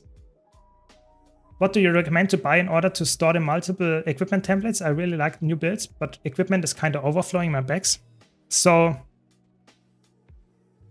if you want to go for the maximum efficiency, going for character slots is the best way to actually get more character space or equipment template space. But if you don't do that, you can of course go for equipment templates, like going for those here and having more of those. That's obviously also a way. Yeah. Most raiders are super chill. Most of them also don't like to pull a 5k DPS weight. That weight, or people who fail every mechanic. If you honestly try, have a proper build and communicate and don't lie about your experience level, you will find people to play with. Yeah, exactly. Don't lying is the biggest thing. Don't lie and say, I have experience, I know how to fight this boss. If you say, I'm new, I watched a guide, but I did never kill this boss, people will take you and will probably succeed with you. If you say you know every mechanic, even though you don't, people will instantly kick you when they see they don't know the mechanics. That's just how it goes. Don't lie to people. That's my biggest takeaway from this stream, please. Yeah, it's better to invest in more characters, typically. I mean, I have 70 characters and I still have a lot of equipment templates because I like to have a lot of different builds. But you should start with characters and then slowly increase, yeah, with equipment templates. 5k DPS is totally fine. I mean, it depends on the build, you know. Sometimes I'm happy when I reach 5k DPS on my Alacrity Heal Chronomancer. Then I'm quite proud of myself.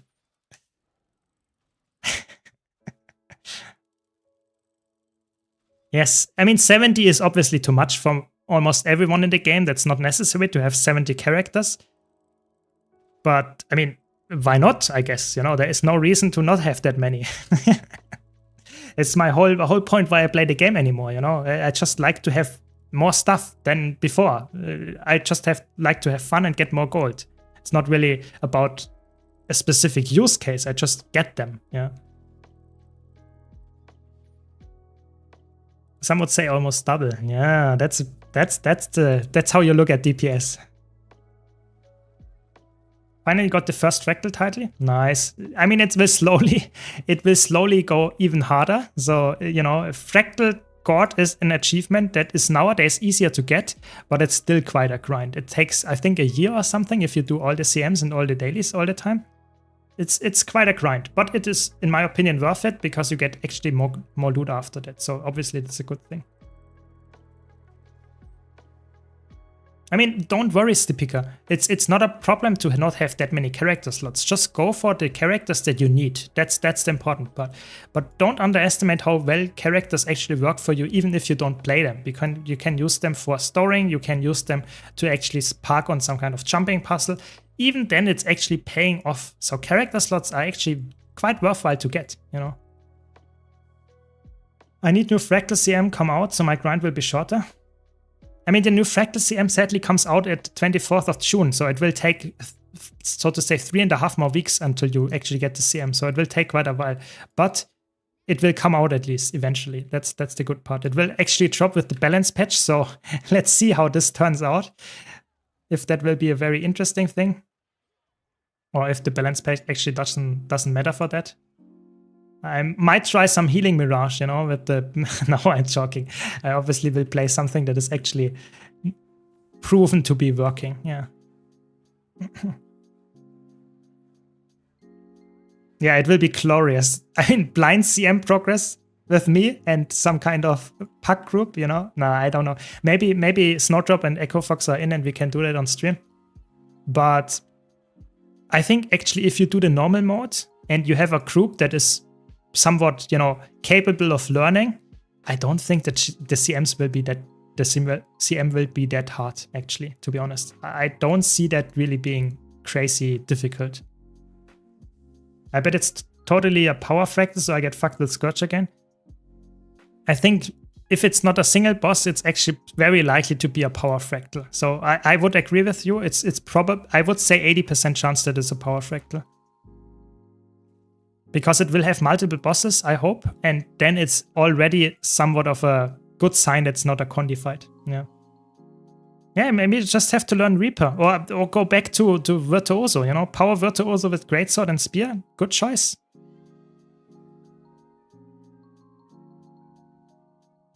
But I mean, I don't know. Maybe they make it possible. Maybe, I don't know. They make a Condi fight with multiple boss fights.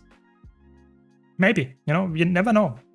The internet sometimes does crazy stuff that is actually working. 4 bosses at the same time and healer in the middle to heal everyone at the same time.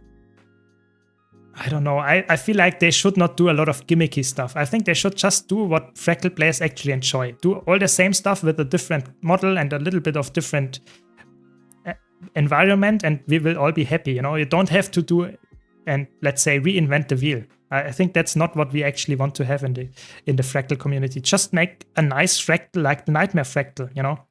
Something like that, and everyone would be happy, I think.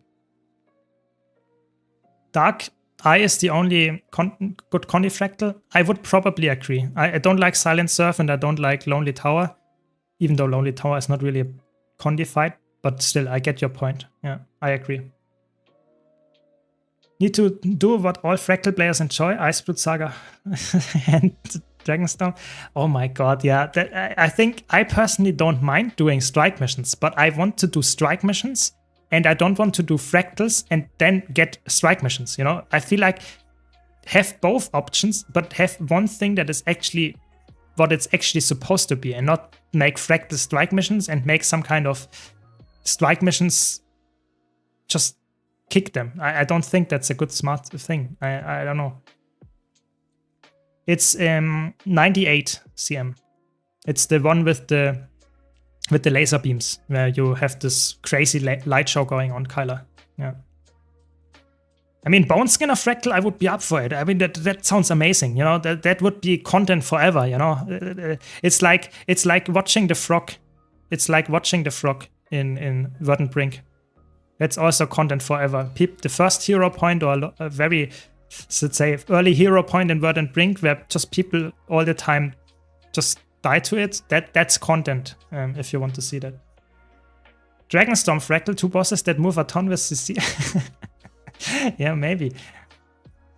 I personally don't like to have a lot of CC mechanics in Fractals, because oftentimes CC mechanics make the fight unnecessary different. I feel like the fight should be interesting, like Nightmare, and have, so to say, you take your time to do CC, you use your CC in a well-timed moment, and not just take the CC as soon as it spawns just because you then get more damage. I think that's not a good thing.